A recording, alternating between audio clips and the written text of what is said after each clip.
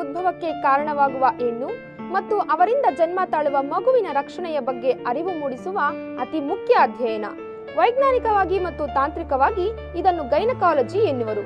ನಮ್ಮ ದೇಹದ ಸಕ್ರಿಯ ಜನನಾಂಗ ಕಾರ್ಯಕಲಾಪ ವಿಷಯದಲ್ಲಿ ಕಂಡುಬರುವ ಸಮಸ್ಯೆಗಳ ಪರಿಹಾರಕ್ಕೆ ಗೈನಕಾಲಜಿ ಬಗ್ಗೆ ತಿಳುವಳಿಕೆ ಅವಶ್ಯಕ. ಇವು ಅತ್ಯಂತ ತೀಕ್ಷ್ಣವಾಗಿ ಗೌಪ್ಯತೆಯಿಂದ ಪರಿಹರಿಸಿಕೊಳ್ಳಬೇಕಾದ ಸಮಸ್ಯೆಗಳು. ಈ ವಿಷಯದಲ್ಲಿ ವಿಶೇಷವಾಗಿ ಹೆಣ್ಣು ಮಕ್ಕಳು ಮತ್ತು ಗರ್ಭಿಣಿ ಸ್ತ್ರೀಯರು ಜಾಗೃತಿ ವಹಿಸಬೇಕು. ತಂತ್ರಜ್ಞಾನ ಅಪರಿಮಿತವಾಗಿ ಅಭಿವೃದ್ಧಿ ಹೊಂದಿರುವ ಪ್ರಸ್ತುತ ದಿನಗಳಲ್ಲಿ ಗರ್ಭಕೋಶ ರಕ್ಷಣೆಗಾಗಿ ಹಲವು ನೂತನ ಚಿಕಿತ್ಸೆಗಳು ಲಭ್ಯವಿದೆ. ಅವುಗಳ ಬಗ್ಗೆ ಗರ್ಭಶಾಸ್ತ್ರ ತಜ್ಞರಿಂದ ಮಾಹಿತಿ ಪಡೆಯುವುದು ಅವಶ್ಯಕ. ಇಂದಿನ ಡಾಕ್ಟರ್ಸ್ ಲೈವ್ ನೇರ ಪ್ರಸಾರ ಕಾರ್ಯಕ್ರಮದಲ್ಲಿ ಹೆಬ್ಬಾಳಿನ ಕೊಲಂಬಿಯಾ ಏಷ್ಯಾ ಆಸ್ಪತ್ರೆಯ ಪ್ರಸೂತಿ ಮತ್ತು ಗರ್ಭಶಾಸ್ತ್ರ ತಜ್ಞರಾದ ಡಾಕ್ಟರ್ ಶಫಾಲಿಕಾ ಅವರು ಅಡ್ವೈಸ್ ರಿಗಾರ್ಡಿಂಗ್ ಗೈನಕಾಲಜಿ ಎಂಬ ವಿಷಯದ ಬಗ್ಗೆ ಮಾತನಾಡುತ್ತಾರೆ. ಈ ಸಮಸ್ಯೆಗೆ ಇರುವ ಪರಿಹಾರೋಪಾಯಗಳು ತಿಳಿಯಲು ಹಾಗೂ ಹೆಚ್ಚಿನ ಮಾಹಿತಿ ಪಡೆಯಲು ಕಾರ್ಯಕ್ರಮಕ್ಕೆ ನೇರ ಕರೆ ಮಾಡಿ ಮಾತನಾಡಬಹುದು. ನಮಸ್ಕಾರ ವೀಕ್ಷಕರೇ, ಹಲೋ ಡಾಕ್ಟರ್ ನೇರ ಪ್ರಸಾರ ಕಾರ್ಯಕ್ರಮಕ್ಕೆ ಆತ್ಮೀಯ ಸ್ವಾಗತ. ನಾನು ನಿಮ್ಮ ಗೆಳತಿ ಪೂರ್ಣಿಮಾ. ಇವತ್ತಿನ ಹಲೋ ಡಾಕ್ಟರ್ ನೇರ ಪ್ರಸಾರ ಕಾರ್ಯಕ್ರಮದಲ್ಲಿ ನಮ್ಮೊಟ್ಟಿಗಿದ್ದಾರೆ ಕೊಲಂಬಿಯಾ ಏಷ್ಯಾ ಹೆಬ್ಬಾಳ್ನಲ್ಲಿ ಕಾರ್ಯನಿರ್ವಹಿಸುತ್ತಿರುವಂತಹ ಗೈನಕಾಲಜಿಸ್ಟ್ ಹಾಗೆ ಕೀ ಹೋಲ್ ಸರ್ಜರಿ ಪರಿಣಿತರು ಆದಂತಹ ಡಾಕ್ಟರ್ ಶಫಾಲಿಕಾ ಮ್ಯಾಮ್ ಅವರು ನಮ್ಮೊಟ್ಟಿಗಿದ್ದಾರೆ. ಮೊದಲನೇದಾಗಿ ಅವರನ್ನ ಕಾರ್ಯಕ್ರಮಕ್ಕೆ ಬರಮಾಡಿಕೊಳ್ಳೋಣ. ಮ್ಯಾಮ್, ಕಾರ್ಯಕ್ರಮಕ್ಕೆ ತಮಗೆ ಆತ್ಮೀಯವಾದಂತಹ ಸ್ವಾಗತ ಮ್ಯಾಮ್. ನಮಸ್ಕಾರ. ಓಕೆ ವೀಕ್ಷಕರೇ, ಹಲವು ಸಂಚಿಕೆಗಳಿಂದ ಹಲೋ ಡಾಕ್ಟರ್ ನೇರ ಪ್ರಸಾರ ಕಾರ್ಯಕ್ರಮವನ್ನ ವೀಕ್ಷಿಸ್ತಾನೆ ಬಂದಿದ್ದೀರಿ. ಪ್ರತಿಯೊಬ್ಬ ಮನುಷ್ಯನಿಗೂ ನನ್ನ ಪ್ರಕಾರ ಹೇಳೋದಾದ್ರೆ ಆರೋಗ್ಯ ಅನ್ನೋದು ತುಂಬಾನೇ ಮುಖ್ಯವಾದದ್ದು. ಕೆಲವೊಮ್ಮೆ ನಾವೇನ್ ಮಾಡ್ತೀವಿ ಅಂದ್ರೆ ಬೇರೆ ಯಾವ್ದ್ಯಾವ್ದೋ ವಿಷಯಕ್ಕೆಲ್ಲ ಸಾಕಷ್ಟು ದುಡ್ಡನ್ನ ವೆಚ್ಚ ಮಾಡ್ತೀವಿ. ನಮ್ಮ ಆರೋಗ್ಯ ಅಂತ ಬಂದಾಗ ಎಲ್ಲೋ ಒಂದ್ ಕಡೆ ನೆಗ್ಲೆಕ್ಟ್ ಮಾಡ್ತೀವಿ ಅಂತ ಅನ್ಸುತ್ತೆ. ಅದು ಇತ್ತೀಚಿನ ದಿನಗಳಲ್ಲಿ ಹೇಳೋದಾದ್ರೆ ಸ್ವಲ್ಪ ಆರೋಗ್ಯ ಹದಗೆಟ್ರು ಕೂಡ ಅದನ್ನ ತಡ ಮಾಡದೆ ಹಾಸ್ಪಿಟಲ್ಗೆ ಹೋಗಿ ತೋರಿಸ್ಕೊಳ್ಳೋದು ತುಂಬಾನೇ ಸೂಕ್ತ. ಹಾಗೆ ಕೊಲಂಬಿಯಾ ಏಷ್ಯಾ ಹೆಬ್ಬಾಳ್ ಇಲ್ಲಿ 100% ಅಲ್ಲ 200% ಒಳ್ಳೆ ರೀತಿಯ ಚಿಕಿತ್ಸೆ ನಿಮಗೆ ಸಿಗುತ್ತೆ. ಅಂಡ್ ನೀವು ಕೊಲಂಬಿಯಾ ಏಷ್ಯಾ ಹೆಬ್ಬಾಳ್ಗೆ ಕಾಂಟ್ಯಾಕ್ಟ್ ಮಾಡಬೇಕಂದ್ರೆ ನಿಮ್ಮ ಟಿವಿ ಪರದೆಯ ಮೇಲೆ ಬರ್ತಿದೆ ದೂರವಾಣಿ ಸಂಖ್ಯೆ, ಹಾಗೆ ವಿಳಾಸಕ್ಕೆ ಕರೆ ಮಾಡಿ ಅಪಾಯಿಂಟ್ಮೆಂಟ್ ಅನ್ನ ತಗೊಂಡು ನಂತರ ಭೇಟಿ ಮಾಡಿ. ಹಾಗೆ ಇವತ್ತಿನ ನೇರ ಪ್ರಸಾರ ಕಾರ್ಯಕ್ರಮದಲ್ಲಿ ಗರ್ಭಕೋಶಕ್ಕೆ ಸಂಬಂಧಪಟ್ಟಂತಹ ವಿಷಯದ ಬಗ್ಗೆ ಮಾತಾಡ್ತಾ ಇದೀವಿ. ಗರ್ಭಕೋಶ ಅಂತ ತಗೊಂಡಿದ್ ಕೂಡಲೇ ಹೆಣ್ಮಕ್ಳಲ್ಲಿ ಸಾಕಷ್ಟು ಪ್ರಶ್ನೆಗಳು ಉದ್ಭವಿಸಿರ್ತವೆ. ಗರ್ಭಕೋಶದಲ್ಲಿ ಯಾವ ರೀತಿ ಪ್ರಾಬ್ಲಮ್ ಬರುತ್ತೆ, ಯಾವ ರೀತಿ ಎಲ್ಲ ಪ್ರಾಬ್ಲಮ್ಸ್ಗಳನ್ನ ಫೇಸ್ ಮಾಡಬೇಕಾಗುತ್ತೆ, ಹಾಗೆ ಆ ಪ್ರಾಬ್ಲಮ್ಸ್ಗಳನ್ನ ಹೇಗೆ ಸರಿ ಮಾಡ್ಕೊಳ್ಳೋದು, ಹೀಗೆ ಸಾಕಷ್ಟು ತೊಂದರೆಗಳು ನಿಮ್ಮಲ್ಲಿರುತ್ತೆ.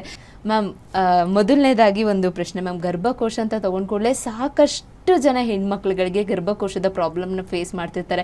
ಅಂಡ್ ಇನ್ನೊಂದು ವಿಷಯ ಹೇಳ್ಬೇಕಂದ್ರೆ ಗರ್ಭಕೋಶದ ಪ್ರಾಬ್ಲಮ್ ಅಂದ್ರೆ ಮುಂಚೆ ಒಂದು ಸ್ವಲ್ಪ ವರ್ಷಗಳ ಹಿಂದೆ ಹೋದ್ರೆ 45 or 50 ಇಯರ್ಸ್ ಆದಮೇಲೆ ಗರ್ಭಕೋಶದ ಪ್ರಾಬ್ಲಮ್ನ ಫೇಸ್ ಮಾಡ್ತಿದ್ರು. ಬಟ್ ಇತ್ತೀಚಿನ ದಿನಗಳಲ್ಲಿ 30 ಇಯರ್ಸ್ 35 ಇಯರ್ಸ್ ಲೇಡೀಸ್ಗಳಿಗೆಲ್ಲ ಗರ್ಭಕೋಶದ ತೊಂದರೆಯನ್ನು ಅನುಭವಿಸ್ತಾ ಇದ್ದಾರೆ. ಮೊದಲನೇದಾಗಿ ಗರ್ಭಕೋಶದ ತೊಂದರೆ ಅನ್ನೋದು ಮುಟ್ಟಿನಿಂದಾನೇ ಪ್ರಾರಂಭ ಆಗುತ್ತೆ ಅಂತ ಹೇಳೋದಕ್ಕೆ ಇಷ್ಟಪಡ್ತೀನಿ. ಸೊ ನನ್ನ ಮೊದಲನೇ ಪ್ರಶ್ನೆ ಮ್ಯಾಮ್, ಸಾಮಾನ್ಯವಾಗಿ ಹೆಣ್ಣು ಮಕ್ಕಳಲ್ಲಿ ಕಂಡುಬರುವ ಋತುಚಕ್ರ ಅಂದರೆ ಮುಟ್ಟಿನ ಸಮಸ್ಯೆಗಳು ಯಾವ್ಯಾವ್ದಿರ್ಬೋದು ತಿಳಿಸ್ಕೊಡಿ ಮ್ಯಾಮ್. ಓಕೆಪ್ಪ, ಈಗ ನಮಗೆ ಫಸ್ಟ್ ನಾರ್ಮಲ್ ಆಗಿ ಮುಟ್ಟಿನ ಹೇಗೆ ಬರುತ್ತೆ ಅಂತ ತಿಳ್ಕೊಬೇಕು. ಈಗ ತಿಂಗಳಲ್ಲಿ ಒಂದು 25ರಿಂದ 35 ದಿನಗಳಿಗೆ ಒಮ್ಮೆ ಮುಟ್ಟು ಬಂದ್ರೆ 4ರಿಂದ 5 ದಿನ ಮುಟ್ಟು ಬರ್ತಾ ಇದ್ರೆ ಅಥವಾ ಮುಟ್ಟಿನ ಸಮಯದಲ್ಲಿ ಯಾವುದೇ ರೀತಿ ನೋವೇನು ಇಲ್ಲ ಅಂದ್ರೆ ಇದನ್ನೆಲ್ಲ ನಾರ್ಮಲ್ ಆಗಿ ಬರೋ ಮುಟ್ಟು ಅಂತ ಕರಿಬಹುದು.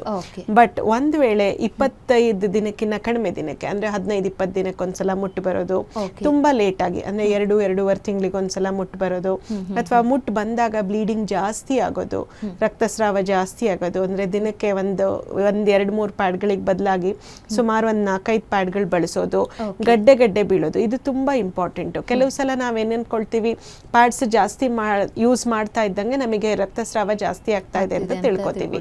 ಬಟ್ ಇದು ತಪ್ಪು ಕಲ್ಪನೆ. ಈ ಪ್ಯಾಡ್ಸ್ ಗಳಿಗಿನ್ನ ಜಾಸ್ತಿ ರಕ್ತ ಹೆಪ್ಪಾಗಿ ಬೀಳ್ತಾ ಇದೆಯಾ, ಗಡ್ಡೆ ಆಗಿ ಬೀಳ್ತಾ ಇದೆಯಾ, ಇದನ್ನ ನಾವು ನೋಡ್ಕೋಬೇಕು. ಈ ತರ ಏನಾದ್ರೂ ಗಡ್ಡೆಯಾಗಿ ಹೋಗ್ತಾ ಇದೆ ಅಂದ್ರೆ ಆಗ ಮುಟ್ಟಿನ ತೊಂದರೆಗಳು ಇದೆ ಅಂತ. ಈಗ ತುಂಬಾ ಜಾಸ್ತಿ ಆಗೋದ್ರ ಜೊತೆಗೆ ತುಂಬಾ ಕಡಿಮೆ ಆಗೋದು ಕೂಡ ಅಷ್ಟು ಸರಿ ಇಲ್ಲ.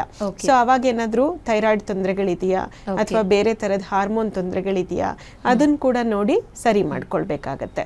ಸೊ ಈ ನಂಬರ್ ಆಫ್ ಡೇಸ್ ಅಂತ ಹೇಳ್ತೀವಿ, ಅಂದ್ರೆ ಕೆಲವರಿಗೆ ತಿಂಗಳಲ್ಲಿ 4-5 ದಿನ ಬ್ಲೀಡಿಂಗ್ ಇರುತ್ತೆ.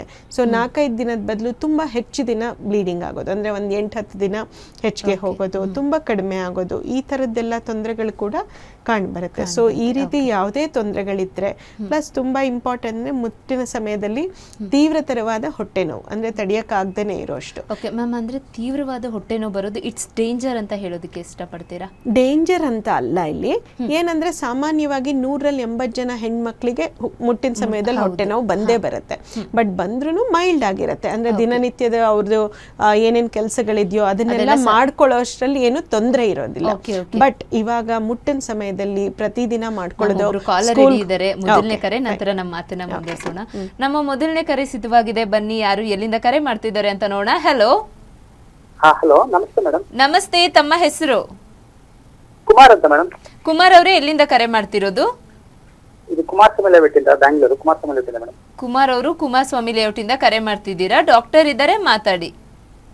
Thank you madam. ಹಲೋ, ಮಾತಾಡಿ. ಹೇಳಿಪ್ಪ. ನಮಸ್ಕಾರಪ್ಪ. ಮೇಡಮ್ ನಮಸ್ತೆ ಮೇಡಮ್. ಇದು ನಮ್ಮ ತೊಂದರೆ ಇರೋದು ನಮ್ಮ ತಾಯಿಯವ್ರಿಗೆ. ಓಕೆ. ನಮ್ಮ ತಾಯಿಯವ್ರಿಗೆ ಇವಾಗ 44 ವರ್ಷ. ಹ್ಮ್ 44 ವರ್ಷ ಅಂದ್ರೆ ಅವ್ರಿಗೆ ಈಗ 2 ತಿಂಗಳಿಂದ ಏನಾಗಿದೆ ಅಂದ್ರೆ ಅವ್ರಿಗೆ ಈ ಕಂಟಿನ್ಯೂಸ್ಲಿ ಮುಟ್ಟಾಗುತ್ತಲ್ಲ ಮೇಡಮ್. ಓಕೆ. ಆ ಮುಟ್ಟಾಗೋ ಟೈಮ್ ಈಗ 2 ತಿಂಗಳಿಂದ ಅವ್ರಿಗೆ ತುಂಬಾ 2 ತಿಂಗಳು ಆ ಮುಟ್ಟು ಆಗ್ತಾ ಇರ್ಲಿಲ್ಲ. ಓಕೆ. ಅದು ನಮ್ಗೆ ಅವ್ರಿಗೆ ಗರ್ಭಕೋಶ ಸ್ಕ್ಯಾನಿಂಗ್ ಎಲ್ಲ ಮಾಡಿಸಿ ರಿಪೋರ್ಟ್ ಎಲ್ಲ ನೋಡಿದ್ವಿ. ಓಕೆ. ಡಾಕ್ಟರ್ ತೋರಿಸಿದ್ರು, ಅದ್ರಲ್ಲಿ ಈ ಗರ್ಭಕೋಶದ ಮೇಲೆ ಹೊರಭಾಗದಲ್ಲಿ ಈ ಗುಳ್ಳೆ ಟೈಪ್ ತರ ಬಂದಿದೆ ಮೇಡಮ್. ಓಕೆ. ಅದನ್ನ 2-3 ಕಡೆ ಸ್ಕ್ಯಾನಿಂಗ್ ಮಾಡಿಸ್ತು. ಅವ್ರಿಗೆ ಕಂಟಿನ್ಯೂಸ್ಲಿ ಬ್ಲೀಡಿಂಗ್ ಆಗ್ತಾನೆ ಇರುತ್ತೆ ಮೇಡಮ್ ಅವ್ರಿಗೆ. ಓಕೆ. ಓಕೆ. ಅಂದ್ರೆ ಅದು ಯಾವ ತರ ಬ್ಲೀಡಿಂಗ್ ಅಂದ್ರೆ ನೀರು ಹೋಗುತ್ತಲ್ಲ ಮೇಡಮ್, ಅಷ್ಟು ಬ್ಲೀಡಿಂಗ್ ಆಗ್ತಿದೆ. ಓಕೆ. ಓಕೆ. ಆಮೇಲೆ ನಾವು ಮತ್ತೆ ಈಗ ನಿನ್ನೆನೂ ಕೂಡ ಸ್ಕ್ಯಾನ್ ಮಾಡಿಸ್ತು. ಓಕೆ. ಸ್ಕ್ಯಾನ್ ಮಾಡಿಸಾದ್ಮೇಲೆ ಅವ್ರಿಗೆ ಈಗ ನಮ್ಗೆ ESI ಇದೆ, ESI ಹಾಸ್ಪಿಟಲ್ ಮತ್ತೆ ಸ್ಕ್ಯಾನ್ ಮಾಡಿಸಿದ್ವಿ. ಇವಾಗ ಅವ್ರಿಗೂ ಹಳೆ ಟೈಮ್ ಅಲ್ಲಿ ಲಾಸ್ಟ್ 6 ಮಂತ್ಸ್ ಬ್ಯಾಕ್ ಅಲ್ಲಿ K-Start ಅಂತ ಒಂದು ಟ್ಯಾಬ್ಲೆಟ್ ಕೊಟ್ಟಿದ್ರು ಮೇಡಮ್. ಓಕೆ. ಅದನ್ನು ತಗೊಂಡ್ರು. ಅದು ತಗೊಂಡ್ಮೇಲೆ 2 ತಿಂಗಳು ಯಾವ್ದೇ ರೀತಿಯಲ್ಲಿ ಮುಟ್ಟಾಗಿಲ್ಲ. ಓಕೆ. ಓಕೆ. ನೆಕ್ಸ್ಟ್ ಈಗ 2 ತಿಂಗಳು ಆದ್ಮೇಲೆ ಅದು ಮತ್ತೆ ಸ್ಟಾರ್ಟ್ ಆಗ್ಬಿಟ್ಟಿದೆ ಮೇಡಮ್ ಅದು. ಓಕೆ. ಓಕೆ. ಏನ್ ಹೆದರ್ಕೊಳ್ಳೋ ಅಗತ್ಯ ಇಲ್ಲಪ್ಪ. ಈಗ ಅವ್ರಿಗಿನ್ನೂ 44 ವರ್ಷ ಆಗಿರೋದ್ರಿಂದ ಈಗ ಸ್ಕ್ಯಾನ್ ನಲ್ಲಿ ಗುಳ್ಳೆ ತರ ಅಂತ ಆಗಿದೆ ಅಂತ ಹೇಳಿದಾರಲ್ಲ, ಅದನ್ನೇನಾದ್ರೂ ಫೈಬ್ರಾಯ್ಡ್ ಗಡ್ಡೆ ಆಗ್ಲಿ ಅಥವಾ ಪಾಲಿಪ್ ಆಗ್ಲಿ ಅಂತ ಏನಾದ್ರೂ ಹೇಳಿದಾರ ಅದನ್ನ? ಫೈಬ್ರಾಯ್ಡ್ ಅಂತ ಮೆನ್ಷನ್ ಮಾಡಿದ್ರು ಮೇಡಮ್. ಓಕೆ. ಫೈಬ್ರಾಯ್ಡ್ ಸೈಜ್ ಏನಾದ್ರೂ ಗೊತ್ತಿದೆಯಾ ಮೇಡಮ್? ಫೈಬ್ರಾಯ್ಡ್ ಗಡ್ಡೆದು ಸೈಜ್ ಏನಾದ್ರೂ ತಿಳಿದಿದೆಯಾ ನಿಮ್ಗೆ? ಇಲ್ಲ ಮೇಡಮ್, ಗೊತ್ತಿಲ್ಲ. ಹೆದರ್ಕೊಳ್ಳೋ ಅಗತ್ಯ ಇಲ್ಲ. ಒಂದೊಂದ್ಸಲ ಫೈಬ್ರಾಯ್ಡ್ ಗಡ್ಡೆ ಇದ್ದಾಗ ಈ ತರದ ಮುಟ್ಟಿನ ತೊಂದರೆಗಳು ತುಂಬಾ ಕಾಮನ್, ಆಯ್ತಾ? ಸೊ ಈ ಫೈಬ್ರಾಯ್ಡ್ ಗಡ್ಡೆ ಇದ್ದಾಗ ಹೆಚ್ಚಿಗೆ ಹೋಗೋದು, ತುಂಬಾ ಜಾಸ್ತಿ ಹೋಗೋದು, ಈ ತರ ಎಲ್ಲ ಕಾಮನ್. ಈಗ ಫೈಬ್ರಾಯ್ಡ್ ಗಡ್ಡೆ ಜಾಸ್ತಿ ದೊಡ್ಡದಿಲ್ಲ ಅಂದ್ರೆ ಅದಕ್ಕೋಸ್ಕರ ಆಪರೇಷನ್ ಮಾಡಿ ತೆಗೆಸ್ಕೊಳ್ಳೋ ಅಗತ್ಯ ಏನೂ ಇಲ್ಲ. ಫಸ್ಟು ಮೆಡಿಕಲ್ ಮ್ಯಾನೇಜ್ಮೆಂಟ್ ಅಂದರೆ ಟ್ಯಾಬ್ಲೆಟ್ಸ್ಗಳ ಮೂಲಕ ಮುಟ್ಟಿನ ತೊಂದರೆನ ಸರಿಪಡಿಸ್ಕೊಳ್ಬಹುದಾ ಅಂತ ನೋಡಬೇಕಾಗತ್ತೆ. ಈಗ ನಿಮಗೆ K-Start ಮಾತ್ರೆ ತಗೊಂಡಾಗ ಮುಟ್ಟು ಸ್ವಲ್ಪ ಕಡಿಮೆ ಆಗಿದ್ದರೆ ಆ ಮಾತ್ರೆ ತಗೊಳ್ಳಿ ಮತ್ತೆ. ಸೊ ಮತ್ತೆ ಮಾತ್ರೆ ತಗೊಂಡು ಒಂದು 4-5 ದಿನ ತಗೊಂಡು ಅದು ಕರೆಕ್ಟ್ ಡೋಸೇಜಲ್ಲಿ ತಗೋಬೇಕಾಗತ್ತೆ. ನೀವು ಕಡಿಮೆ ಡೋಸೇಜಲ್ಲಿ ತಗೊಂಡ್ರೂ ಕೂಡ ಮುಟ್ಟಿನ ತೊಂದರೆ ಕಂಟ್ರೋಲಿಗೆ ಬರಲ್ಲ.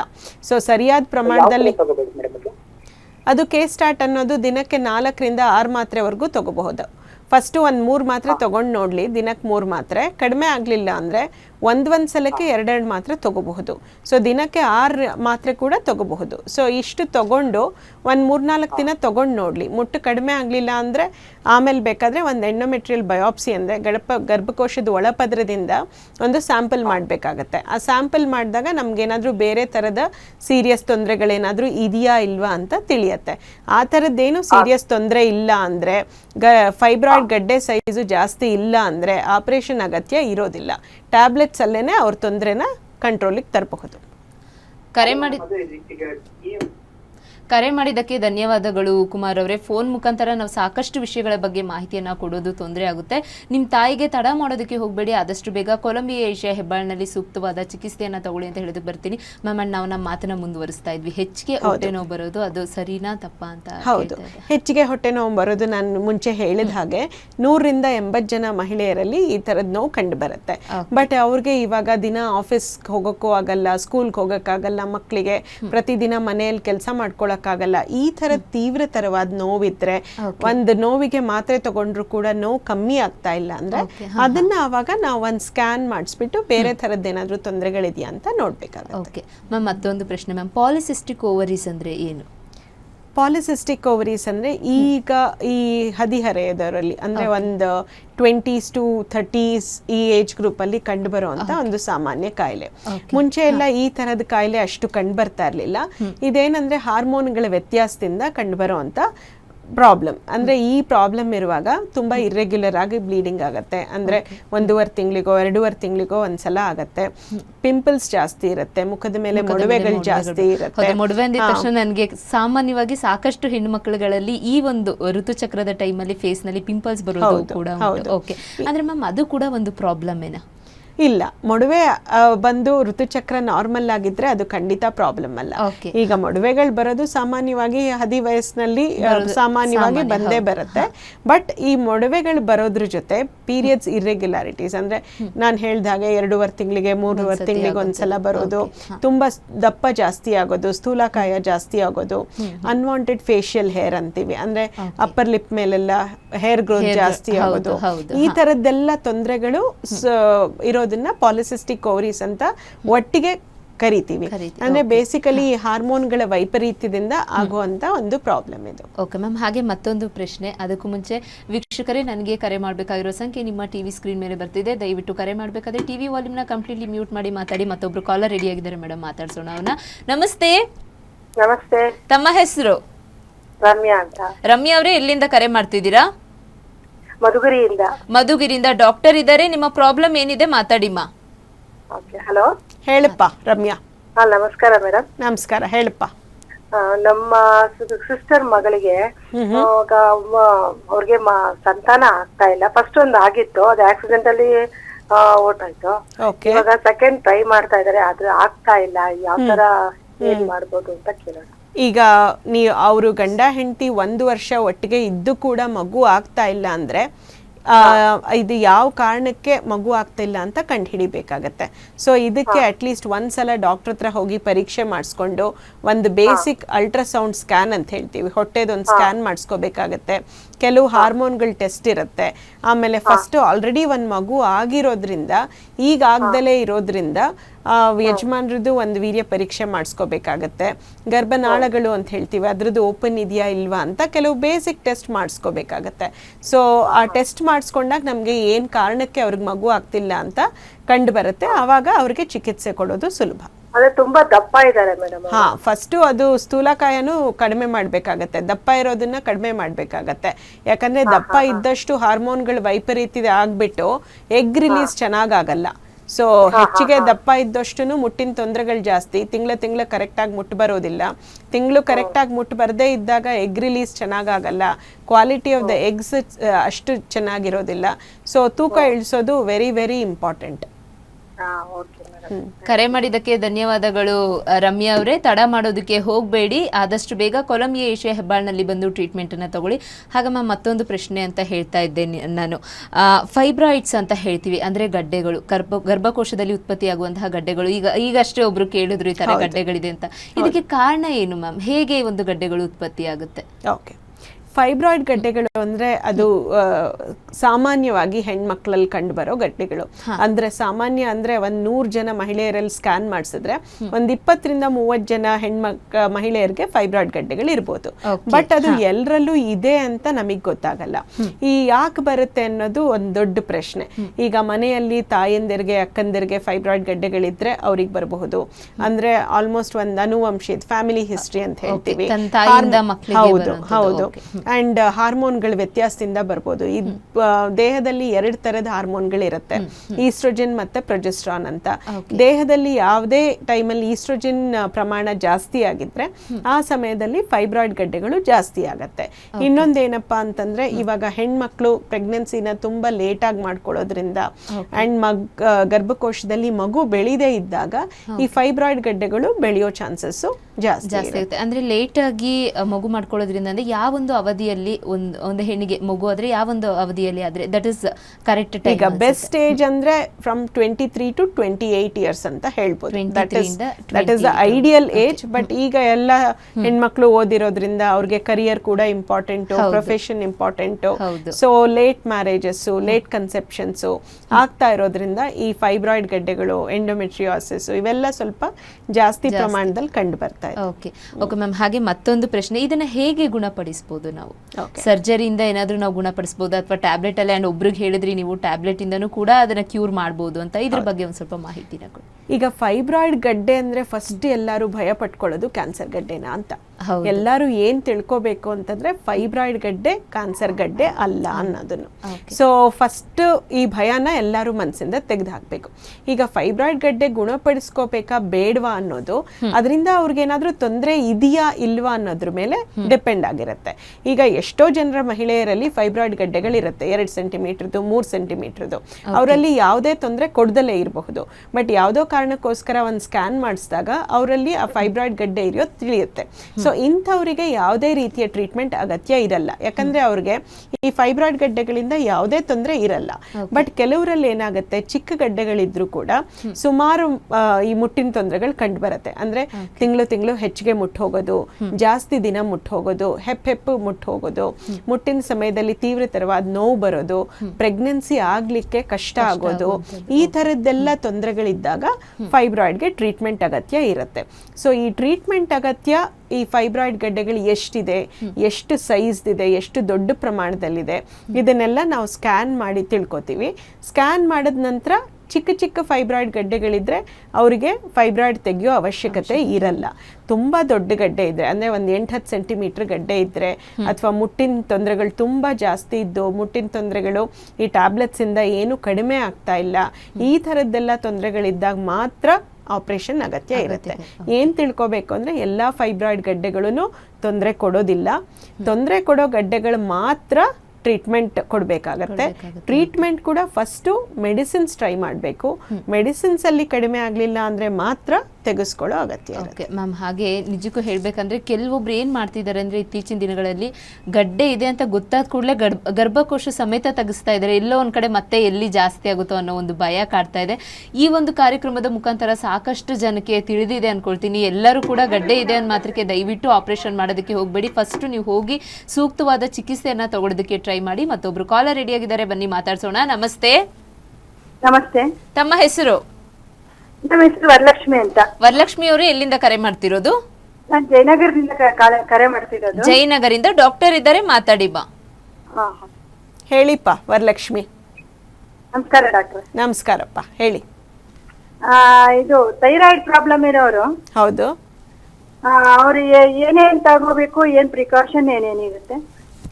ಥೈರಾಯ್ಡ್ ಪ್ರಾಬ್ಲಮ್ ಇರೋರು ಮೇಯ್ನ್ ಆಗಿ ಯಾವ ಥರದ ಥೈರಾಯ್ಡ್ ಪ್ರಾಬ್ಲಮ್ ಇದೆ ಅಂತ ನೋಡಬೇಕಾಗತ್ತೆ. ಸೊ ಅದರಲ್ಲಿ 2 ಥರದ ಥೈರಾಯ್ಡ್ ಪ್ರಾಬ್ಲಮ್ ಇರುತ್ತೆ, ಹೈಪೋಥೈರಾಯ್ಡ್ ಅಂಡ್ ಹೈಪರ್ ಥೈರಾಯ್ಡ್ ಅಂತ. ಆಯ್ತಾ? ಸೊ ಈಗ ನಾವೆಲ್ಲರೂ ಅಯೋಡಿನ್ ಉಪ್ಪು ಇರೋದನ್ನೇ ಬಳಸ್ತಾ ಇರೋದ್ರಿಂದ ಮುಂಚೆ ಎಲ್ಲ ಅಯೋಡಿನ್ ಕಡಿಮೆ ಇರೋ ಉಪ್ಪು ಆ ಥರದ್ದೆಲ್ಲ ತೊಂದರೆಗಳು ಇರ್ತಾ ಇತ್ತು.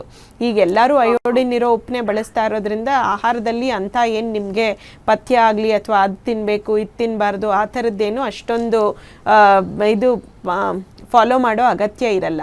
ಮೋಸ್ಟ್ ಇಂಪಾರ್ಟೆಂಟ್ ಅಂದರೆ ಬ್ಲಡ್ ಟೆಸ್ಟ್ ಮಾಡಿಸ್ಬಿಟ್ಟು ಥೈರಾಯ್ಡ್ ಯಾವ ಲೆವೆಲ್ಲಿದೆ ಅಂತ ನೋಡಿಕೊಂಡು ಥೈರಾಯ್ಡ್ ಮಾತ್ರೆಗಳನ್ನ ತಗೋಬೇಕಾಗತ್ತೆ. ವೆರಿ ಇಂಪಾರ್ಟೆಂಟ್ ಅಂತ. ಏನಪ್ಪ? ಹೈಪರ್ ಇದ್ದಾಗ ಬೇರೆ ಥರದ ಮಾತ್ರೆಗಳೇ ಕೊಡಬೇಕಾಗತ್ತೆ. ಹೈಪರ್ ಇದ್ದಾಗ ಬೇರೆ ಥರದ ಮಾತ್ರೆಗಳು, ಹೈಪೋಥೈರಾಯ್ಡ್ ಇದ್ದಾಗ ಬೇರೆ ಥರದ ಮಾತ್ರೆಗಳು. ಸೊ ನೀವಿದು ಡಾಕ್ಟ್ರನ್ನ ಕನ್ಸಲ್ಟ್ ಮಾಡೇನೆ ಅದು ಲೆವೆಲ್ಸ್ ನೋಡಿಕೊಂಡು ಆವಾಗ ಟ್ರೀಟ್ಮೆಂಟ್ ಶುರು ಮಾಡಬೇಕಾಗತ್ತೆ. ಈಗ ಹೈಪೋಥೈರಾಯ್ಡ್ ಅಂತಂದರೆ ಒಂದೊಂದು ಲ್ಯಾಬಲ್ಲಿ ಒಂದೊಂದು ಲೆವೆಲ್ ಇರುತ್ತೆ. 2.5 to 5.5 ಈ ಇದರಲ್ಲಿ ರೇಂಜಲ್ಲಿ ಇದ್ದರೆ 5.5ವರೆಗೂ ನಾರ್ಮಲ್ ಅಂತ ತಗೋತೀವಿ. ಕರೆ ಮಾಡಿದ್ದಕ್ಕೆ ಧನ್ಯವಾದಗಳು. ಥೈರಾಯ್ಡ್ ಪ್ರಾಬ್ಲಮ್ ಅಂತ ಕೇಳಿದ ಕೂಡಲೇ ಥೈರಾಯ್ಡಲ್ಲೇ ಸಾಕಷ್ಟು ರೀತಿಯ ವಿಧಗಳಿರುತ್ತೆ. ಸೊ ಹಾಗಾಗಿ ನೀವು ಹಾಸ್ಪಿಟಲ್ಗೆ ನೇರವಾಗಿ ಭೇಟಿ ಕೊಡೋದು ತುಂಬ ಒಳ್ಳೆಯದು. ಹಾಗೆ ಮ್ಯಾಮ್ ಮತ್ತೊಂದು ಪ್ರಶ್ನೆ, ಮೆನೋಪಾಸ್ ಆದಮೇಲೆ ಕೂಡ ಕೆಲವೊಬ್ಬರು ಹೆಣ್ಮಕ್ಳಲ್ಲಿ ಕಂಟಿನ್ಯೂ ಆಗ್ತಾ ಇರುತ್ತೆ ಬ್ಲೀಡಿಂಗ್ ಆಗುವಂಥದ್ದು. ಇನ್ ಕೇಸ್ ಆ ಬ್ಲೀಡಿಂಗ್ ಆಗೋದು ಕಂಟಿನ್ಯೂ ಆದರೆ ಅದರಿಂದ ನಾವೇನಾದರೂ ಭಯ ಪಡ್ಕೊಳ್ಳೋ ಅಂಥ ಅವಶ್ಯಕತೆ ಏನಾದರೂ ಇದೆಯಾ? ಆ್ಯಂಡ್ ಏನಂದರೆ ಕೆಲವೊಬ್ಬರು 2 ಮಂತ್ವರೆಗೂ ಆಗಿರೋದಿಲ್ಲ, ಸಡನ್ಲಿ 10 ಡೇಸ್ವರೆಗೂ ಆಗ್ತಾರೆ, ಇದೆಲ್ಲ ಒಂದು ಪ್ರಾಬ್ಲಮ್. ಇದು ತುಂಬ ಇಂಪಾರ್ಟೆಂಟ್ ಕ್ವೆಶ್ಚನ್. ಏನಂದರೆ ಇವಾಗ 1 ವರ್ಷ ಸತತವಾಗಿ ಮುಟ್ಟು ಬರಲಿಲ್ಲ ಅಂದರೆ ಅವಾಗ ನಾವು ಅದನ್ನ ಮೆನೋಪಾಸ್ ಅಂತ ಕರಿತೀವಿ. ಸೊ ಕೆಲವರಿಗೆ ಸ್ವಲ್ಪ ಬೇಗನೆ ಮುಟ್ಟು ನಿಲ್ಲುತ್ತೆ, ಒಂದು 45-46 ವರ್ಷಕ್ಕೆ ನಿಲ್ಬೋದು. ಕೆಲವರಿಗೆ 50 ವರ್ಷ ಆದ್ರೂ ಕಂಟಿನ್ಯೂ ಆಗ್ತಾ ಇರುತ್ತೆ. ಸೊ ರೆಗ್ಯುಲರ್ ಆಗಿ ಬರ್ತಾ ಇದ್ದು ನಾರ್ಮಲ್ ಆಗಿದೆ, ಅದು ಹೆಚ್ಚಿಗೆ ಏನಿಲ್ಲ ಅಂದರೆ 51-52 ವರ್ಷದವರೆಗೂ ಕಾಯಬಹುದು, ತೊಂದರೆ ಏನಿಲ್ಲ. ಬಟ್ ಕೆಲವರಿಗೆ ಕಾಲರ್ ರೆಡಿ ಆಗಿದ್ದಾರೆ, ಅವ್ರ ಹತ್ರ ಮಾತಾಡಿ ನಂತರ ನಮ್ಮ ಮಾತನ್ನ ಮುಂದುವರಿಸೋಣ. ನಮಸ್ತೆ.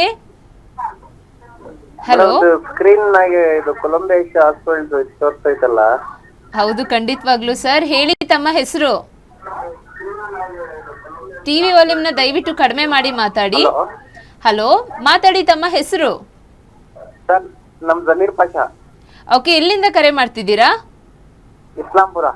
ಅಮೀರ್ ಪಾಷಾ ಅವರೇ, ಡಾಕ್ಟರ್ ಇದ್ದಾರೆ, ಮಾತಾಡಿ. ನಿಮ್ಮ ಪ್ರಾಬ್ಲಮ್ ಏನಿದೆ ಅನ್ನೋದನ್ನ ಹೇಳಿಪ್ಪ. ಮಾತಾಡಿ. ಹೇಳಿಮ್ಮ, ಹೇಳಿಪ್ಪ. ಹಲೋ, ದಯವಿಟ್ಟು ಟಿವಿ ವಾಲ್ಯೂಮ್, ಸ್ನೇಹಿತರೆ ದಯವಿಟ್ಟು ಟಿವಿ ವಾಲ್ಯೂಮ್ನ ಕಂಪ್ಲೀಟ್ಲಿ ಮ್ಯೂಟ್ ಮಾಡಿ ಮಾತಾಡಿ. ಯಾಕಂದ್ರೆ ನೀವು ಯಾವುದೋ ನಿಮ್ಮ ಆರೋಗ್ಯಕ್ಕೆ ಸಂಬಂಧಪಟ್ಟಂತಹ ಒಂದು ಸಮಸ್ಯೆಯ ಬಗ್ಗೆ ಉತ್ತರವನ್ನ ಕೇಳೋದಕ್ಕೆ ಕಾಲ್ ಮಾಡಿರ್ತೀರಾ. ಕಾಲ್ ಕಟ್ಟಾದ್ರೆ ನಿಮಗೂ ಬೇಸರ, ನಮಗೂ ಬೇಸರ. ದಯವಿಟ್ಟು ಕರೆ ಮಾಡಬೇಕಾದ್ರೆ ಟಿವಿ ವಾಲ್ಯೂಮ್ನ ಕಂಪ್ಲೀಟ್ಲಿ ಮ್ಯೂಟ್ ಮಾಡಿ. ಹಾಗೆ ಯಾವುದೇ ಡಿಸ್ಟರ್ಬೆನ್ಸ್ ಇದಿರೋ ಪ್ಲೇಸ್ನಲ್ಲಿ ಬಂದು ಮಾತನಾಡೋದಕ್ಕೆ ಪ್ರಯತ್ನ ಪಡಿ. ಹಾಗೆ ಮ್ಯಾಮ್, ನಾವು ನಮ್ಮ ಮಾತನ್ನ ಮುಂದುವರಿಸ್ತಾ ಇದ್ವಿ. 45 years 50 years ವರೆಗೂ ಕಾಯಬಹುದು ಅಂತ ಹೇಳ್ತಾ ಇದ್ದೆ. ಈಗ ಮುಟ್ಟು 1 ವರ್ಷದವರೆಗೂ ಬಂದಿರ್ಲಿಲ್ಲ, ಆಮೇಲೆ ಯಾವಾಗ್ಲೂ ಸ್ವಲ್ಪ ಸ್ವಲ್ಪ ಕಾಣಿಸ್ಕೊಳ್ಳುತ್ತೆ, ಒಂದೊಂದ್ ದಿನ ಬರುತ್ತೆ, 2-3 ತಿಂಗಳಲ್ಲಿ ಒಂದ್ಸಲ ಯಾವಾಗ್ಲೂ ಬರುತ್ತೆ ಅಂದ್ರೆ ಖಂಡಿತವಾಗಿಯೂ ಒಂದ್ ಸ್ಕ್ಯಾನ್ ಮಾಡಿಸ್ಕೊಂಡು ನೋಡ್ಬೇಕಾಗತ್ತೆ. ಸ್ಕ್ಯಾನ್ ನಲ್ಲಿ ಏನು ತೊಂದರೆಗಳಿಲ್ಲ ಅಂತಂದ್ರೆ ಒಂದು ಬಯಾಪ್ಸಿ ಅಂತ ಅಂದ್ರೆ ಗರ್ಭಕೋಶದ ಒಳಪದರದಿಂದ ಒಂದು ಟೆಸ್ಟಿಗೆ ತೆಗೆದು ಕಳಿಸ್ತೀವಿ. ಅದು ನಾರ್ಮಲ್ ಆಗಿದ್ರೆ ಏನು ಭಯ ಪಡೋ ಅಗತ್ಯ ಇಲ್ಲ. ಬಟ್ 1 ವರ್ಷ ಏನು ಮುಟ್ಟು ಬರ್ತಲೆ ನಂತರ ಏನಾದರೂ ಕಾಣಿಸ್ಕೊಂಡಿದೆ ಅಂದ್ರೆ ಅವಾಗ ಖಂಡಿತ ಒಂದ್ಸಲ ಟೆಸ್ಟ್ ಮಾಡಿಸ್ಕೊಳ್ಬೇಕಾಗತ್ತೆ. ಓಕೆ ಮ್ಯಾಮ್, ಹಾಗೆ ಮತ್ತೊಂದು ಇಂಪಾರ್ಟೆಂಟ್ ಕ್ವೆಶನ್ ಅಂತಾನೆ ಹೇಳೋದಕ್ಕೆ ಇಷ್ಟಪಡ್ತಿದ್ದೀನಿ. ಇದನ್ನ ಲೇಡೀಸಲ್ಲಿ ಕ್ಯಾನ್ಸರ್ ಇದೆ ಅಂತ ನಮಗೆ ಗೊತ್ತಾಗಬೇಕಂದ್ರೆ ಯಾವ್ಯಾವ ರೀತಿ ಟೆಸ್ಟ್ಗಳನ್ನ ಮಾಡಬೇಕಾಗುತ್ತೆ? ಓಕೆ, ಈಗ ಆಕ್ಚುಲಿ ಇಂಡಿಯಾದಲ್ಲಿ ಕಾಮನೆಸ್ಟ್ ಕ್ಯಾನ್ಸರ್. ಮತ್ತೊಬ್ರು ಕಾಲರ್ ರೆಡಿ ಆಗಿದ್ದಾರೆ, ಮಾತಾಡೋಣ. ಹಲೋ. ಹಲೋ, ನಮಸ್ತೆ. ನಮಸ್ತೆ. ಜಮೀರ್ ಪಾಷಾ, ಹೇಳ್ತಾ ಇರೋದು ನೆಲಮಂಗಲಿಂದ. ಮಾತಾಡಿ ಮಾ, ಸ್ವಲ್ಪ ಜೋರಾಗಿ ಮಾತಾಡಿ.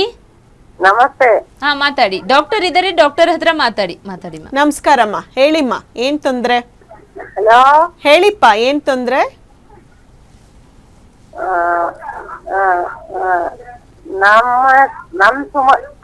ನಮ್ ಸುಮಯ್ಯ ಬನ್ನುಗೆ ಸರಿಯಾಗಿ ಮುಟ್ಟು ಆಗ್ತಾ ಇಲ್ಲ, ತಿಂಗಳು.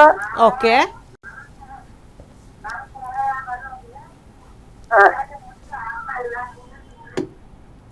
ಟಿವಿ ನೋಡ್ಕೊಂಡು ಮಾತಾಡಬೇಡಿ ದಯವಿಟ್ಟು. ಕಾಲ್ ಕಟ್ ಆಗುತ್ತೆ ಮ್ಯಾಮ್. ಅವ್ರ ಕ್ವೆಶನ್ ಕೇಳಿದ್ರು, ಮಗಳಿಗೆ ಯಾರಿಗೂ ಸರಿಯಾದ ಸಮಯದಲ್ಲಿ ಮುಟ್ಟ ಆಗ್ತಾ ಇಲ್ಲ ಅಂತ ಹೇಳಿದ್ರು. ಅವ್ರ ಕ್ವೆಶನ್ಗೆ ಆನ್ಸರ್ ಮಾಡಿ ಮೇಡಮ್. ಓಕೆ, ಇವಾಗ ತಿಂಗಳು ಕರೆಕ್ಟ್ ಆಗಿ ಮುಟ್ಟಾಗ್ತಾ ಇಲ್ಲ ಅಂದ್ರೆ ಯಾವ ವಯಸ್ಸು ಅಂತ ನೋಡ್ಕೋಬೇಕಾಗತ್ತೆ. ಇವಾಗ ಒಂದು ಮುಟ್ಟು ಶುರುವಾಗಿ ಒಂದು 2-3 ವರ್ಷದವರೆಗೂ ತಿಂಗಳು ಕರೆಕ್ಟ್ ಆಗಿ ಮುಟ್ಟಾಗ್ತಾ ಇಲ್ಲ ಅಂದ್ರೆ ಏನು ಯೋಚನೆ ಮಾಡೋ ಅಗತ್ಯ ಇರಲ್ಲ. ಇದು ತುಂಬಾ ಕಾಮನ್. ಸೊ ಇದಾಗಿ ಒಂದು 20-25 ವರ್ಷದಲ್ಲೂ ಮುಟ್ಟು ಸರಿಯಾಗಿ ಆಗ್ತಿಲ್ಲ ಅಂತಂತಂದ್ರೆ ಒಂದ್ಸಲ ಸ್ಕ್ಯಾನ್ ಮಾಡಿಸ್ಕೊಂಡು ಕೆಲವು ಹಾರ್ಮೋನ್ ಟೆಸ್ಟ್ಗಳು ನಾನು ಮುಂಚೆನೆ ಹೇಳಿದ ಹಾಗೆ ಥೈರಾಯ್ಡ್ ತೊಂದರೆಗಳೇನಾದರೂ ಇದೆಯಾ, ಬೇರೆ ಹಾರ್ಮೋನ್ ಟೆಸ್ಟ್ ಪ್ರಾಬ್ಲಮ್ಸ್ ಏನಾದರೂ ಇದೆಯಾ ಅಂತ ಒಂದು ಬ್ಲಡ್ ಟೆಸ್ಟ್ ಮಾಡಿ ನೋಡ್ತೀವಿ. ಆ ಬ್ಲಡ್ ಟೆಸ್ಟು ಸ್ಕ್ಯಾನು ಎಲ್ಲ ನಾರ್ಮಲ್ ಆಗಿದ್ರೆ ಏನು ಚಿಂತೆ ಮಾಡೋ ಅಗತ್ಯ ಇಲ್ಲ. ಓಕೆ ಮ್ಯಾಮ್, ಮತ್ತೊಬ್ರು ಕಾಲರ್ ರೆಡಿ ಆಗಿದ್ದಾರೆ. ನಮಸ್ತೆ. ನಮಸ್ತೆ ಮೇಡಮ್, ಡಾಕ್ಟರ್ ಹತ್ರ ಮಾತಾಡ್ಬೇಕು ಮೇಡಮ್. ಮಾತಾಡಿ. ಹೇಳಿಮ್ಮ. ಮೇಡಮ್, ನಾನು ಕಾಪರ್ಟಿ ಹಾಕೊಂಡಿದ್ದೀನಿ ಮೇಡಮ್, ಹಾಕೊಂಡು 3 ತಿಂಗಳಾಯ್ತು, ಸರಿಯಾಗಿ ಬರ್ತಾ ಇಲ್ಲ ಮೇಡಮ್. ಸರಿಯಾಗಿ ಬರ್ತಾ ಇಲ್ಲ ಅಂತಂದ್ರೆ ಏನಾಗತ್ತಪ್ಪ? ಕಾಪರ್ಟಿ ಹಾಕಿಸ್ಕೊಂಡ ನಂತರ ಸ್ವಲ್ಪ ಮಟ್ಟಿಗೆ ಮುಟ್ಟಿನ ತೊಂದರೆಗಳು ಕಾಮನ್ ಆಗಿರುತ್ತೆ. ಅಂದರೆ ಸ್ವಲ್ಪ ಜಾಸ್ತಿ ಹೋಗೋದು, ಬೇಗ ಬರೋದು, 15 ದಿನಕ್ಕೊಂದ್ಸಲ ಆಗೋದು, 20 ದಿನಕ್ಕೊಂದ್ಸಲ ಆಗೋದು, ಕೆಲವರಿಗೆ ಒಂದೊಂದು ಸಲ continuous on and off bleeding ಇರೋದು, ಈ ಥರದ ತೊಂದರೆಗಳೆಲ್ಲ ಇರುತ್ತೆ. ಬಟ್ ಒಂದು 3-4 ತಿಂಗಳವರೆಗೂ ಕಾಯೋದು ಉತ್ತಮ. ಯಾಕಂದರೆ ಕಾಪರ್ಟಿ ನಿಮ್ಮ ದೇಹಕ್ಕೆ ಸೂಟ್ ಆಗಲಿಕ್ಕೆ ಸ್ವಲ್ಪ ಸಮಯ ಹಿಡಿಯುತ್ತೆ. ಬಟ್ ಒಂದು 3-4 ತಿಂಗಳಾದ್ಮೇಲೂ ನಿಮ್ಗೆ ಇದೇ ಥರ ಮುಟ್ಟಿನ ತೊಂದರೆಗಳು ಕಂಟಿನ್ಯೂ ಆಗ್ತಾ ಇದೆ, ಜಾಸ್ತಿ ಹೋಗ್ತಾ ಇದೆ, ಪದೇ ಬರ್ತಾ ಇದೆ, ಈ ಥರದ್ದೆಲ್ಲ ತೊಂದರೆಗಳಿದ್ದರೆ ಅದು ನಿಮಗೆ ಸೂಟ್ ಆಗ್ತಾ ಇಲ್ಲ ಅಂತ ಅರ್ಥ. ಆವಾಗ ಒಂದಷ್ಟು ಟ್ಯಾಬ್ಲೆಟ್ಸ್ ತೊಗೊಂಡು ಈ ಪ್ರಾಬ್ಲಮ್ಸ್ ಎಲ್ಲ ಕಡಿಮೆ ಆಗ್ತಾ ಇಲ್ಲ ಅಂದರೆ ಆವಾಗ ಕಾಪರ್ಟಿ ತೆಗೆಸ್ಕೊಳ್ಳೋದು ಬೆಟ್ರು. ಟಿವಿ ನೋಡಿಕೊಂಡು ಅವ್ರ ವಾಯ್ಸನ್ನು ಅವರೇ ಕೇಳಿಸ್ಕೊಳ್ಳೋ ಪ್ರಯತ್ನದಲ್ಲಿದ್ದಾರೆ. ಕರೆ ಮಾಡಿದ್ದಕ್ಕೆ ಧನ್ಯವಾದಗಳು. ಹಾಗೆ ಮ್ಯಾಮ್ ನೀವು ಅಂಡ್ ಮತ್ತೊಂದು ಪ್ರಶ್ನೆ ಮ್ಯಾಮ್, ನೀವು ಹೇಳ್ತಾ ಇದ್ರಿ ನಮ್ಮ ಲಾಸ್ಟ್ ಕಾಲರ್ಗೆ ಅಂಡ್ ಒಂದು ಋತುಚಕ್ರ ಅನ್ನೋದು ಸರಿಯಾದ ಸಮಯದಲ್ಲಿ ಆಗದೆ ಇದ್ದಾಗ ಕೆಲವೊಬ್ರು 2 ಮಂತ್ ಬಿಟ್ಟು ಆಗೋದು ಅಂಡ್ ಕಂಟಿನ್ಯೂ 10 ಡೇಸ್ ಆಗೋದು, ಇದು ಫುಡ್ ಏನಾದರೂ ಇದಕ್ಕೊಂದು ಪ್ರಾಬ್ಲಮ್ ಆಗುತ್ತಾ? ನಾವು ತಗೊಳ್ಳುವಂಥ ಹೀಟಿನ ಪದಾರ್ಥ ಆಗಿರ್ಬೋದು ಅಥವಾ ಕೋಲ್ಡ್ ಆಗಿರುವಂಥದ್ದು, ನಾವೇನಾದರೂ ಜಾಸ್ತಿ ಐಸ್ ಕ್ರೀಮ್ಸ್ ಈ ಥರ ಏನಾದರೂ ತಿನ್ನೋದು ಕೂಡ ಇದಕ್ಕೊಂದು ಕಾರಣನಾ? ಇಲ್ಲಪ್ಪ, ಓಕೆ. ಆಕ್ಚುಲಿ ಊಟಕ್ಕೂ ಮುಟ್ಟಿನ ತೊಂದರೆಗಳಿಗೂ ಅಷ್ಟಾಗಿ ಸಂಬಂಧ ಇಲ್ಲ. ಮತ್ತೊಬ್ರು ಕಾಲರ್ ಇದ್ದಾರೆ ಮ್ಯಾಮ್, ನಂತರ ನಮ್ಮ ಮಾತನ್ನ ಮುಂದುವರಿಸೋಣ. ನಮಸ್ತೆ. ನಮಸ್ತೆ ಮೇಡಮ್. ತಮ್ಮ ಹೆಸರು? ಸುಮಯ್ಯ ಅಂತ. ಸುಮಯ್ಯ ಅವ್ರೆ, ಎಲ್ಲಿಂದ ಕರೆ ಮಾಡ್ತಿರೋದು? ನಾವು ಬ್ಯಾಂಗ್ಳೂರಿಂದ ಮಾತಾಡ್ತಿರೋದು. ಬ್ಯಾಂಗ್ಳೂರಿಂದ. ಓಕೆ ಸುಮಯ್ಯ ಅವರೇ, ಡಾಕ್ಟರ್ ಇದ್ದಾರೆ, ಮಾತಾಡಿ. ಹಲೋ, ಹೇಳಪ್ಪ ಸುಮಯ್ಯ, ಏನ್ ಪ್ರಾಬ್ಲಮ್ ಇದೆ? ನಾನು ಮದ್ವೆ ಆಗಿ 3 ವರ್ಷ ಆಯ್ತು. ಓಕೆ. ಆಮೇಲೆ ಮೊನ್ನೆ ಜನವರಿಗೆ ಪ್ರೆಗ್ನೆಂಟ್ ಆಗಿದ್ದೆ. ಇದ್ದಕ್ಕಿದ್ದಂಗೆ ಅಬೋರ್ಷನ್ ಆಗೈತು. ಓಕೆ. ಅವಾಗಿಂದ ತಿರ್ಗಾ ಪ್ರೆಗ್ನೆಂಟೇ ಆಗಿಲ್ಲ. ಓಕೆ. ಎಷ್ಟು ತಿಂಗಳಾಗಿದೆಪ್ಪ ಅಬೋರ್ಷನ್ ಆಗಿ? 7 ತಿಂಗಳು ಆಗ್ಲೇ ಆಗ್ತೈತೆ. ಜನವರಿಗೆ ಪ್ರೆಗ್ನೆಂಟ್ ಆಗಿದೆ. 7 ತಿಂಗಳಾಗಿದ್ರೆ ಈಗಲೇ ಏನು ಅಷ್ಟು ಭಯ ಪಡೋ ಅಗತ್ಯ ಇಲ್ಲಪ್ಪ. 1 ವರ್ಷದವರೆಗೂ ನಿಮ್ಗೆ ಸಮಯ ಇದೆ, ಟ್ರೈ ಮಾಡಬಹುದು. ಇನ್ನೂ ಒಂದು 5-6 ತಿಂಗಳಲ್ಲಿ ಕೂಡ ಟ್ರೈ ಮಾಡಿ ಪ್ರೆಗ್ನೆಂಟ್ ಆಗಲಿಲ್ಲ ಅಂದರೆ ಒಂದ್ಸಲ ಹಾಸ್ಪಿಟಲ್ಗೆ ಬಂದು ಯಾವ ಕಾರಣಕ್ಕೆ ಪ್ರೆಗ್ನೆಂಟ್ ಆಗ್ತಿಲ್ಲ ಅನ್ನೋದನ್ನ ಪರೀಕ್ಷೆ ಮಾಡಿಸ್ಕೊಳ್ಬೇಕಾಗತ್ತೆ. ನಾನು ಆಗಲೇ ತಿಳಿಸಿದ ಹಾಗೆ ಕೆಲವು ಬೇಸಿಕ್ ಟೆಸ್ಟ್ ಅಂದರೆ ಒಂದು ಸ್ಕ್ಯಾನ್ ಮಾಡಿಸ್ಕೊಳ್ಳೋದು, ಕೆಲವು ಬ್ಲಡ್ ಟೆಸ್ಟ್ ಇವೆಲ್ಲ ಇರುತ್ತೆ. ಮಾಡ್ತಿದೀವಿ ಮೇಡಮ್, ಎಲ್ಲ ನಾರ್ಮಲ್ ಬಂದೈತೆ. ಕೆಲವು ಬ್ಲಡ್ ಟೆಸ್ಟ್ ಅದಕ್ಕೆ ಅದು ಕೇಳಿಸಿ ಎಲ್ಲ ನಾರ್ಮಲ್ ಆಗಿತ್ತು. ಆಮೇಲೆ ಪ್ರೆಗ್ನೆಂಟ್ ಆಗಿದ್ದೆಲ್ಲ ಅವಾಗ 2 ತಿಂಗಳು ಆಗಿರ್ಲಿಲ್ಲ. ಓಕೆ. ಆಮೇಲೆ ಇನ್ನು ಒಳಗಡೆ ಏನೋ ಸ್ವಲ್ಪ ಕ್ಲೀನ್ ಆಗಿಲ್ಲ ಅಂತ ಹೇಳಿ ಆಮೇಲೆ ತಿರ್ಗಾ 10 ದಿವಸಕ್ಕಾಯ್ತು. ಓಕೆ. ಹಾಗಿದ್ರೆ ನೀವು ಒಂದ್ಸಲ ನಿಮ್ದು ಮೊನ್ನೆ ಕರೆಕ್ಟ್ ಆಯ್ತು, ಟ್ಯೂಬ್ಸ್ ಕರೆಕ್ಟ್ ಆಯ್ತು. ಇವಾಗ ಅದಕ್ಕೆ ಕೇಳೋಣ ಅಂತ ಫೋನ್ ಮಾಡಿದ್ ಮೇಡಮ್. ಓಕೆಪ್ಪ, ಎಲ್ಲ ನಾರ್ಮಲ್ ಆಗಿದ್ರೆ ಏನ್ ಹೆದರ್ಕೊಳ್ಳೋ ಅಗತ್ಯ ಇಲ್ಲಪ್ಪ. ಸೊ 5-6 ನಾರ್ಮಲ್ ಐತೆ, ಎಲ್ಲ ಸ್ಕ್ಯಾನಿಂಗ್ ಎಲ್ಲ ಇಡ್ತಿದೀವಿ. ಓಕೆ. ಓಕೆ, ಹಾಗಿದ್ರೆ ಟ್ರೈ ಮಾಡಿ, ಖಂಡಿತ ಆಗತ್ತೆ. ಓಕೆ, ಈಗ್ಲೇನೆ ಅವಸರ ಪಟ್ಟು ಬೇರೆ ಏನೋ ಟ್ರೀಟ್ಮೆಂಟ್ ತಗೊಳ್ಳೋ ಅಗತ್ಯ ಇಲ್ಲ. ಕರೆ ಮಾಡಿದ್ದಕ್ಕೆ ಧನ್ಯವಾದಗಳು ಸುಮಯ್ಯ ಅವರೇ. ಹಾಗೆ ನಿಮ್ಮ ಪ್ರಾಬ್ಲಮ್ಸನ್ನು ಹೇಳ್ಕೊಂಡು ಹೆಚ್ಚಿಗೆ ತೊಂದರೆ ಇದ್ದರೆ ನೀವು ವೆಯ್ಟ್ ಮಾಡೋದಕ್ಕೆ ಹೋಗಬೇಡಿ. ಕೊಲಂಬಿಯಾ ಏಷ್ಯಾ ಹೆಬ್ಬಾಳ್ನಲ್ಲಿ ಬಂದು ಸೂಕ್ತವಾದ ಚಿಕಿತ್ಸೆಯನ್ನು ತಗೊಳ್ಳಿ ಅಂತ ಹೇಳ್ತಾ ಇವತ್ತಿನ ಹಲೋ ಡಾಕ್ಟರ್ ನೇರಪ್ರಸಾರ ಕಾರ್ಯಕ್ರಮದಲ್ಲಿ ಗರ್ಭಕೋಶಕ್ಕೆ ಸಂಬಂಧಪಟ್ಟಂತಹ ಸಾಕಷ್ಟು ವಿಷಯಗಳನ್ನು ತೊಗೊಂಡು ಬಂದಿದ್ದೀನಿ. ಇನ್ನೂ ಹಲವು ವಿಷಯಗಳ ಬಗ್ಗೆ ನಿಮಗೆ ಮಾಹಿತಿಯನ್ನು ತಿಳಿಸ್ಕೊಡ್ತೀನಿ. ಅದಕ್ಕೂ ಮುಂಚೆ ಹಲೋ ಡಾಕ್ಟರ್ ನೇರಪ್ರಸಾರ ಕಾರ್ಯಕ್ರಮದಲ್ಲಿ ಪುಟ್ಟದೊಂದು ವಿರಾಮ. ಪ್ರಸೂತಿ ಈ ಪದ ಸೃಷ್ಟಿಯ ಉದ್ಭವಕ್ಕೆ ಕಾರಣವಾಗುವ ಹೆಣ್ಣು ಮತ್ತು ಅವರಿಂದ ಜನ್ಮ ತಾಳುವ ಮಗುವಿನ ರಕ್ಷಣೆಯ ಬಗ್ಗೆ ಅರಿವು ಮೂಡಿಸುವ ಅತಿ ಮುಖ್ಯ ಅಧ್ಯಯನ. ವೈಜ್ಞಾನಿಕವಾಗಿ ಮತ್ತು ತಾಂತ್ರಿಕವಾಗಿ ಇದನ್ನು ಗೈನಕಾಲಜಿ ಎನ್ನುವರು. ನಮ್ಮ ದೇಹದ ಸಕ್ರಿಯ ಜನನಾಂಗ ಕಾರ್ಯಕಲಾಪ ವಿಷಯದಲ್ಲಿ ಕಂಡುಬರುವ ಸಮಸ್ಯೆಗಳ ಪರಿಹಾರಕ್ಕೆ ಗೈನಕಾಲಜಿ ಬಗ್ಗೆ ತಿಳುವಳಿಕೆ ಅವಶ್ಯಕ. ಇವು ಅತ್ಯಂತ ತೀಕ್ಷ್ಣವಾಗಿ ಗೌಪ್ಯತೆಯಿಂದ ಪರಿಹರಿಸಿಕೊಳ್ಳಬೇಕಾದ ಸಮಸ್ಯೆಗಳು. ಈ ವಿಷಯದಲ್ಲಿ ವಿಶೇಷವಾಗಿ ಹೆಣ್ಣು ಮಕ್ಕಳು ಮತ್ತು ಗರ್ಭಿಣಿ ಸ್ತ್ರೀಯರು ಜಾಗೃತಿ ವಹಿಸಬೇಕು. ತಂತ್ರಜ್ಞಾನ ಅಪರಿಮಿತವಾಗಿ ಅಭಿವೃದ್ಧಿ ಹೊಂದಿರುವ ಪ್ರಸ್ತುತ ದಿನಗಳಲ್ಲಿ ಗರ್ಭಕೋಶ ರಕ್ಷಣೆಗಾಗಿ ಹಲವು ನೂತನ ಚಿಕಿತ್ಸೆಗಳು ಲಭ್ಯವಿದೆ. ಅವುಗಳ ಬಗ್ಗೆ ಗರ್ಭಶಾಸ್ತ್ರ ತಜ್ಞರಿಂದ ಮಾಹಿತಿ ಪಡೆಯುವುದು ಅವಶ್ಯಕ. ಇಂದಿನ ಡಾಕ್ಟರ್ಸ್ ಲೈವ್ ನೇರ ಪ್ರಸಾರ ಕಾರ್ಯಕ್ರಮದಲ್ಲಿ ಹೆಬ್ಬಾಳಿನ ಕೊಲಂಬಿಯಾ ಏಷ್ಯಾ ಆಸ್ಪತ್ರೆಯ ಪ್ರಸೂತಿ ಮತ್ತು ಗರ್ಭಶಾಸ್ತ್ರ ತಜ್ಞರಾದ ಡಾಕ್ಟರ್ ಶಫಾಲಿಕಾ ಅವರು ಅಡ್ವೈಸ್ ರಿಗಾರ್ಡಿಂಗ್ ಗೈನಕಾಲಜಿ ಎಂಬ ವಿಷಯದ ಬಗ್ಗೆ ಮಾತನಾಡುತ್ತಾರೆ. ಈ ಸಮಸ್ಯೆಗೆ ಇರುವ ಪರಿಹಾರೋಪಾಯಗಳು ತಿಳಿಯಲು ಹಾಗೂ ಹೆಚ್ಚಿನ ಮಾಹಿತಿ ಪಡೆಯಲು ಕಾರ್ಯಕ್ರಮಕ್ಕೆ ನೇರ ಕರೆ ಮಾಡಿ ಮಾತನಾಡಬಹುದು. ಪುಟ್ಟ ವಿರಾಮದ ನಂತರ ಮತ್ತೊಮ್ಮೆ ಕಾರ್ಯಕ್ರಮಕ್ಕೆ ಸ್ವಾಗತ. ನಾನು ನಿಮ್ಮ ಪ್ರೀತಿಯ ಗೆಳತಿ ಪೂರ್ಣಿಮಾ. ಹಾಗೆ ಇವತ್ತಿನ ಕಾರ್ಯಕ್ರಮದಲ್ಲಿ ನಮ್ಮೊಟ್ಟಿಗಿದ್ದಾರೆ ಕೊಲಂಬಿಯಾ ಏಷ್ಯಾ ಹೆಬ್ಬಾಳ್ನಲ್ಲಿ ಕಾರ್ಯನಿರ್ವಹಿಸುತ್ತಿರುವಂತಹ ಗೈನಕಾಲಜಿಸ್ಟ್ ಹಾಗೆ ಕೀಹೋಲ್ ಸರ್ಜರಿ ತಜ್ಞರು ಆದಂತಹ ಡಾಕ್ಟರ್ ಶಫಾಲಿಕಾ ಮ್ಯಾಮ್ ಅವರು ಇದ್ದಾರೆ. ಮ್ಯಾಮ್, ನಾವು ಮಾತಾಡ್ತಾ ಇದ್ವಿ ಆ್ಯಂಡ್ ನಾನು ಕೇಳಿದೆ, ಫುಡ್ ಅನ್ನೋದು ಕೂಡ ಈ ಒಂದು ಋತುಚಕ್ರದ ಸಮಸ್ಯೆಗೆ ಕಾರಣ ಆಗುತ್ತೆ. ಬಿಕಾಸ್ ಕೆಲವೊಬ್ರು ಏನು ಮಾಡ್ತಾರೆ ಅಂದರೆ ಪೀರಿಯಡ್ಸ್ ಏನಾದರೂ ಬೇಗ ಆಗದಿರುವಂತಹ ಸಂದರ್ಭದಲ್ಲಿ ಎಳ್ಳನ್ನು ತಿನ್ನುವಂಥದ್ದು ಅಥವಾ ಹೀಟಿನ ಪದಾರ್ಥ ತಿನ್ನುವಂಥದ್ದು, ಪಪ್ಪಾಯ ತಿನ್ನುವಂಥದ್ದು ಇದೆಲ್ಲ ಮಾಡ್ತಾರೆ. ಸೊ ಹಾಗಾಗಿ ಫುಡ್ ಕೂಡ ಇದರಲ್ಲಿ ಒಂದು ಭಾಗನ ವಹಿಸುತ್ತಾ ಅನ್ನೋದು. ಆಕ್ಚುಲಿ ಇವಕ್ಕೆಲ್ಲ ಯಾವುದೇ ಥರದ ವೈಜ್ಞಾನಿಕ ಬೇಸಿಸ್ ಇಲ್ಲ. ಬಿಕಾಸ್ ಸುಮಾರು ಹಿಂದಿನ ಕಾಲದಿಂದ ನಡೆಸ್ಕೊಂಡ್ ಬಂದಿರೋ ಪದ್ಧತಿನೇ ಹೊರತು ಆಹಾರ ಪದಾರ್ಥಕ್ಕೂ ಮುಟ್ಟಿನ ತೊಂದರೆಗಳಿಗೂ ಯಾವುದೇ ರೀತಿ ಸಂಬಂಧ ಇಲ್ಲ. ಎಳ್ ತಿನ್ನೋದ್ರಿಂದಾಗ್ಲಿ ಅಥವಾ ಅದು ಉಷ್ಣ ಇದು ಶೀತ ಅನ್ಕೊಂಡು ಅದನ್ನ ಅವಾಯ್ಡ್ ಮಾಡೋದು, ಇದನ್ನ ತಿನ್ನೋದು, ಇದರಿಂದ ಜಾಸ್ತಿ ಆಗೋದಾಗ್ಲಿ ಕಡಿಮೆ ಆಗೋದಾಗ್ಲಿ ಖಂಡಿತ ಆಗೋದಿಲ್ಲ. ಬಟ್ ಏನಪ್ಪಾ ಅಂದ್ರೆ ಈ ನಡುವೆ ಜಾಸ್ತಿ ಆಗಿರೋ ಫ್ರೋಸನ್ ಫುಡ್ ಅಥವಾ ಜಂಕ್ ಫುಡ್ ಅಂತ ಏನ್ ಹೇಳ್ತೀವಿ, ಇದನ್ನ ಜಾಸ್ತಿ ತಿಂದು ಒಬೇಸಿಟಿ ಅಂದ್ರೆ ಸ್ಥೂಲಕಾಯ ಜಾಸ್ತಿ ಆಗೋದ್ರಿಂದ ಖಂಡಿತ ಅದರಿಂದ ಮುಟ್ಟಿನ ತೊಂದರೆಗಳಾಗೋ ಚಾನ್ಸಸ್ ಇದೆ. Okay ma'am. ಅಂಡ್ ಈ ಒಂದು ಮುಟ್ಟಿನ ಸಂದರ್ಭದಲ್ಲಿ ಆಹಾರದಲ್ಲಿ ಏನಾದರೂ ನಾವು ಇದೇ ಊಟನೇ ತಿನ್ನಬೇಕು ಆ ಥರ ಏನಾದರೂ ಇದೆಯಾ? ಮೊಸರನ್ನ ತಿಂದೇ ಇರುವಂಥದ್ದು ಅಥವಾ ಮೊಟ್ಟೆ ತಿಂದೇ ಇರುವಂಥದ್ದು. ಕೆಲವೊಬ್ರು ಮೊಸರು ತಿನ್ನಲ್ಲ, ಮೊಟ್ಟೆ ತಿನ್ನಲ್ಲ ಈ ಒಂದು ಟೈಮಲ್ಲಿ, ಸೊ ಅದು ಕೂಡ ಉಂಟಾ? ಮತ್ತೊಬ್ರು ಕಾಲರ್ ಇದ್ದಾರೆ ಮ್ಯಾಮ್, ನಂತರ ನಮ್ಮ ಮಾತನ್ನ ಮುಂದುವರಿಸೋಣ. ಹಲೋ, ನಮಸ್ತೆ. ಹಲೋ, ಮಾತಾಡಿ. ತಮ್ಮ ಹೆಸರು? ಪದ್ಮಾ ಅವರೇ, ಡಾಕ್ಟರ್ ಇದ್ದಾರೆ, ಮಾತಾಡಿಮ್ಮ. ಹೇಳಿಪ್ಪ, ಹೇಳಿ ಪದ್ಮ. ನಮಸ್ಕಾರ, ಹೇಳಿಮ್ಮ. ಅದು ಕಪಲ್ಟಿ ಹಾಕಿಸ್ಕೊಂಡು 2 ತಿಂಗಳಾಯ್ತು, ಸ್ವಲ್ಪ ಬ್ಲೀಡಿಂಗ್ ಜಾಸ್ತಿ ಹೋಗ್ತಾ ಇದೆ. ಅದೇಪ್ಪ, ನಾನು ಮುಂಚೆ ತಿಳಿಸಿದ ಪ್ರಕಾರ ಅಟ್ಲೀಸ್ಟ್ 3 ರಿಂದ 4 ತಿಂಗಳಾದ್ರೂ ನೀವು ಟೈಮ್ ಕೊಡ್ಬೇಕಾಗತ್ತೆ. ಜಾಸ್ತಿ ಹೋಗ್ತಾ ಇದ್ರೆ ಅದಕ್ಕೆ ಕೆಲವು ಮಾತ್ರೆಗಳನ್ನ ಕೊಡ್ತೀವಿ, ಮಾತ್ರೆಗಳನ್ನ ತಗೊಂಡ್ ನೋಡ್ಬೇಕಾಗತ್ತೆ. ಮಾತ್ರೆಗಳನ್ನ ತಗೊಂಡು 4 ತಿಂಗಳಾದ್ಮೇಲೂ ಕಾಪರ್ಟಿ ಇಂದ ಜಾಸ್ತಿ ಹೋಗ್ತಾ ಇದೆ ಅಂತ ಅನ್ಸಿದ್ರೆ ಆವಾಗ ಆಕ್ಚುಲಿ ನೀವು ಕಾಪರ್ಟಿ ತೆಗೆಸ್ಕೊಳ್ಬೇಕಾಗತ್ತೆ. ಸೊ ಅವಸರದ ನಿರ್ಧಾರ ಏನು ತಗೊಳಕ್ ಹೋಗ್ಬೇಡಿ. ಇನ್ನೂ 1-2 ತಿಂಗಳು ತಡೆದ್ ನೋಡಿ, ಮಾತ್ರೆಗಳನ್ನ ತಗೊಳ್ಳಿ, ಆಮೇಲೆ ಬೇಕಾದ್ರೆ ಡಿಸಿಷನ್ ತಗೋಬಹುದು. ಅದು ತುಂಬಾ ಹೊಟ್ಟೆ ನೋವು ಬರುತ್ತೆ, ಅದಕ್ಕೋಸ್ಕರ ಅದಕ್ಕೆ. ಅದೇಪ್ಪ, ಅದು ಬಾಡಿಗೆ ಅಡ್ಜಸ್ಟ್ ಆಗ್ಲಿಕ್ಕೆ ಟೈಮ್ ಬೇಕಲ್ಲ. ಸದ್ಯಕ್ಕೆ ಹೊಟ್ಟೆ ನೋವಿಗೆ ಜಾಸ್ತಿ ಹೋಗೋದಕ್ಕೆ ಮಾತ್ರೆಗಳು ತಗೊಂಡು ನೋಡಿ ಫಸ್ಟ್. ಕರೆ ಮಾಡಿದ್ದಕ್ಕೆ ಧನ್ಯವಾದಗಳು. ಹಾಗೆ ಮ್ಯಾಮ್, ನಾವು ಮಾತನಾಡ್ತಾ ಇದ್ವಿ, ಸೊ ಫುಡ್ ಅನ್ನೋದು ಏನಿಲ್ಲ, ಯಾವುದೇ ರೀತಿಯ ಫುಡ್ ಬೇಕಂದ್ರೆ ನಾವು ಖಂಡಿತ ಇದರಿಂದ ತೊಂದರೆ ಇಲ್ಲ. ನೀವು ಬೇರೆ ದಿನಗಳಲ್ಲಿ ಯಾವ ರೀತಿ ಆಹಾರ ಪದಾರ್ಥಗಳನ್ನ ಸೇವನೆ ಮಾಡ್ತೀರೋ ಅದೇ ರೀತಿ ಮುಟ್ಟಿನ ಸಮಯದಲ್ಲಿ ಕೂಡ ಸೇವನೆ ಮಾಡೋದು. ಈಗ ಹಬ್ಬನೇ ನಿಮಗೆ ತಿಂಗಳಲ್ಲಿ 80 ml ಅದು ಮುಟ್ಟು ರಕ್ತ ಹೊರಗೆ ಹೋಗುತ್ತೆ ಹೊರತು ಇನ್ಯಾವುದೇ ರೀತಿಯ ದೇಹದ ಮೇಲೆ ಅದು ಎಫೆಕ್ಟ್ ಇರೋದಿಲ್ಲ. ಸೊ ಹಾಗಾಗಿ ನಿಮ್ಮ ದಿನನಿತ್ಯದ ಊಟದಲ್ಲಾಗ್ಲಿ ಅಥವಾ ಕೆಲಸಗಳಲ್ಲಾಗ್ಲಿ ಏನು ಚೇಂಜಸ್ ಮಾಡ್ಕೊಳ್ಳೋ ಅಗತ್ಯ ಇರೋದಿಲ್ಲ. ಮತ್ತೊಬ್ರು ಕಾಲರ್ ಇದ್ದಾರೆ, ಮಾತಾಡೋಣ. ಹಲೋ ಹಲೋ